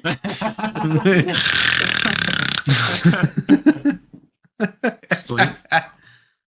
God damn it. Is at this point, hey, Jarok, you coming for lunch or something? And he rounds the corner. Goose! You see Elris. And it's like at this point, like you notice that him and his like demeanor is definitely perked right up, but you definitely still see this the soreness from a lot of the battles from months earlier. Like a couple of the scars still haven't healed kind of right, and like obviously he's just kind of avoided going to the doctors to get it dealt with. But at that point, Goose, it's been far too long. Come here. And he's like starts trying to run, but he kind of like limps a little bit. It's like, dang it. We'll go give him a hug. And I'm drawing a blank. Man, life has been boring without you guys. And really, I just don't. Why did you have to leave me? I just wanted to come with you guys, but apparently you just had to go off and do a bunch of stuff. And I tried asking about you guys at the guild hall, and really, I just couldn't find you. And I didn't want to bother you with sending messages and whatnot. I just figured you'd come back, and I'm glad you're back, and I'm glad you're okay. I'm glad you're alive if you got yourself into danger. But knowing you guys, you got yourself into pretty good danger. But yes, Elvis, I'm afraid it's one of those if we told you we'd have to kill you sort of thing. Make an intimidation check. Am I drawing a blank on That 20? Was that actually a nat 20? Yeah. You just see his eyes go wide, the blood drains from his face. Forget I asked. And he just kind of starts slowly stepping away. And he just starts stepping away. And it's like, Jarok, do you know what they're doing? Sorry, Jarok, do you know what they're doing? Jarok's just looking at them. I'm being paid by them now, so I don't really care. It's like, he knows! He just kind of turns around and walks off. I am gonna ask him something, but I cannot remember her fucking name for the life of me, and it's driving me insane. Guild Mom, not Libertia, the other one. Pride? No. She essentially does what Libertia does, but in Ministat. Oh, Glam Fizzlebottom. Yes, thank you. I was like, what? I can't. I am 100% asking him how Glam is doing, when the last time they talked is, etc., etc. She seems to be doing better. She became a little more interested in magic, and I kind of taught her how to do a firebolt, and so she's she feels much stronger and much safer now that I taught her to do that. But I also feel like I regret doing that because I upset her one time and she threw it at me. But Hey, you just gotta be good at deflecting them, right? well, I am. I just realized that I kind of created my own problems. But Hey, that means teach her more. it's kind of what I've been doing a little bit on the side, and I'm just doing little evocation teachings and whatnot. It pays nicely, and I get a free place to stay, so it's in turns it's back and forth. It works, and the travel back between Menestad and here is rather nice, especially this time of year. I can certainly see that. Yeah, Good. but We might be Good. doing that again ourselves soon. yeah. She also inquired about you guys. I didn't want to bother you guys at all about it, but she was inquiring and noted that some mages had started setting up a teleportation circle in the guild hall there as well. Oh. We'll have to stop by. We are intending to go there very soon for a short time. Mm-hmm. We haven't really had a chance to catch up with her of late. It's been very busy.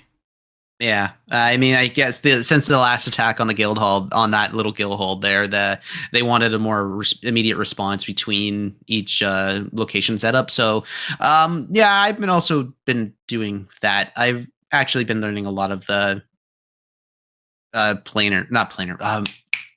What's the designation for teleportation? Not. I got the spell right here. It should tell me. Oh, somewhere. Maybe not. It just conjuration. Yeah, I've been learning a lot more into conjuration magic, so I just figured that I'd try and help with that. A couple of the other mages of the academy have been there. We've been doing pretty good. It still might take us about a week or so to get it all down and properly set. Good to know. Yeah. Let me know when it's done so I can stop by and memorize it. I can bother you guys anytime. Yeah. Actually, make an insight check. Okay. All of you guys. Okay. 9. Oh, hey, that was pretty good. My dice almost went off. Which is good because I'm pretty sure I have no bonus. 18. Nice. 19. I have a negative bonus, so 17. You kind of get the feeling that he's asking about bothering you guys from the fact that Jarok just gave you a tongue lashing.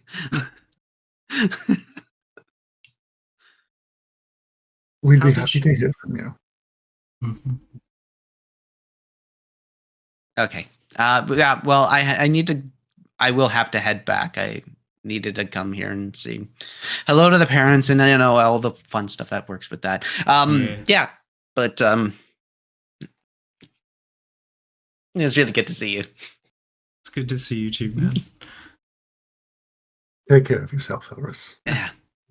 Okay. Yeah. Yeah. That works. Yeah. You too. Bye. And he's still just kind of like keeping his space from Hal. Did you roll an 18, Steve? Natural 20. Well, on the Intimidate, it was a natural 20. On No, on your my insight. it was 18, yes. Hey, same. Bros that roll the same things together or ship together, whatever it is. Something like that. Something like that. I'm trying to think of something witty. It just ain't gonna work. Leaving the academy, setting Jarok on his way. Elris. I still keep getting those two mixed up together. Elris telling you about the teleportation circle, that you've got another one set within Baltrus's Manor. I'm gonna end tonight's episode with that.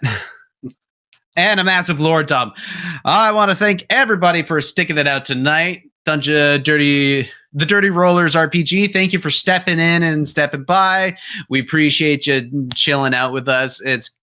Hey, I'm sorry that your game couldn't run today, but I'm glad that you came here. So let's see who's on. I think Dirty Dice Rollers are there. The Dirty Rollers are on. Oh, wait, no, they're not. Oh, that's unfortunate. That being said, please check out our Dire Bear Discord if you ever want to try and see if you can get into one of our games. We've got 3 going on right now. Melody of the Maelstrom that happens every second Monday. What is it? Aegis of the Legion or something like that, or for Operation Aegis. Operation Aegis for Tuesdays, and then my game Wednesday night. We currently don't have anything running Thursday, Friday, Saturday, or Sunday. So if any of you guys want to step in and run a game, we have time slots open. And with that, please buy our Dire Bear merch. We've got beautiful hoodies. We got I wear a beautiful pair of track pants that have the logo embroidered right in, and these things are actually quite super solid. Let's see if this actually shows, but oh, jeez. So you see, there you go. Right there, the logo embroidered right in. Mm-hmm. So, is there anything else I'm missing? D&D Beyond, and if you want to become a Patreon, please, if you want to help us, support us, run our games, do so. But with that, I think that leaves us off for tonight and sets you guys off for a really good week next week. And I'm going to end it off with, do you dare to imagine? Have a good night.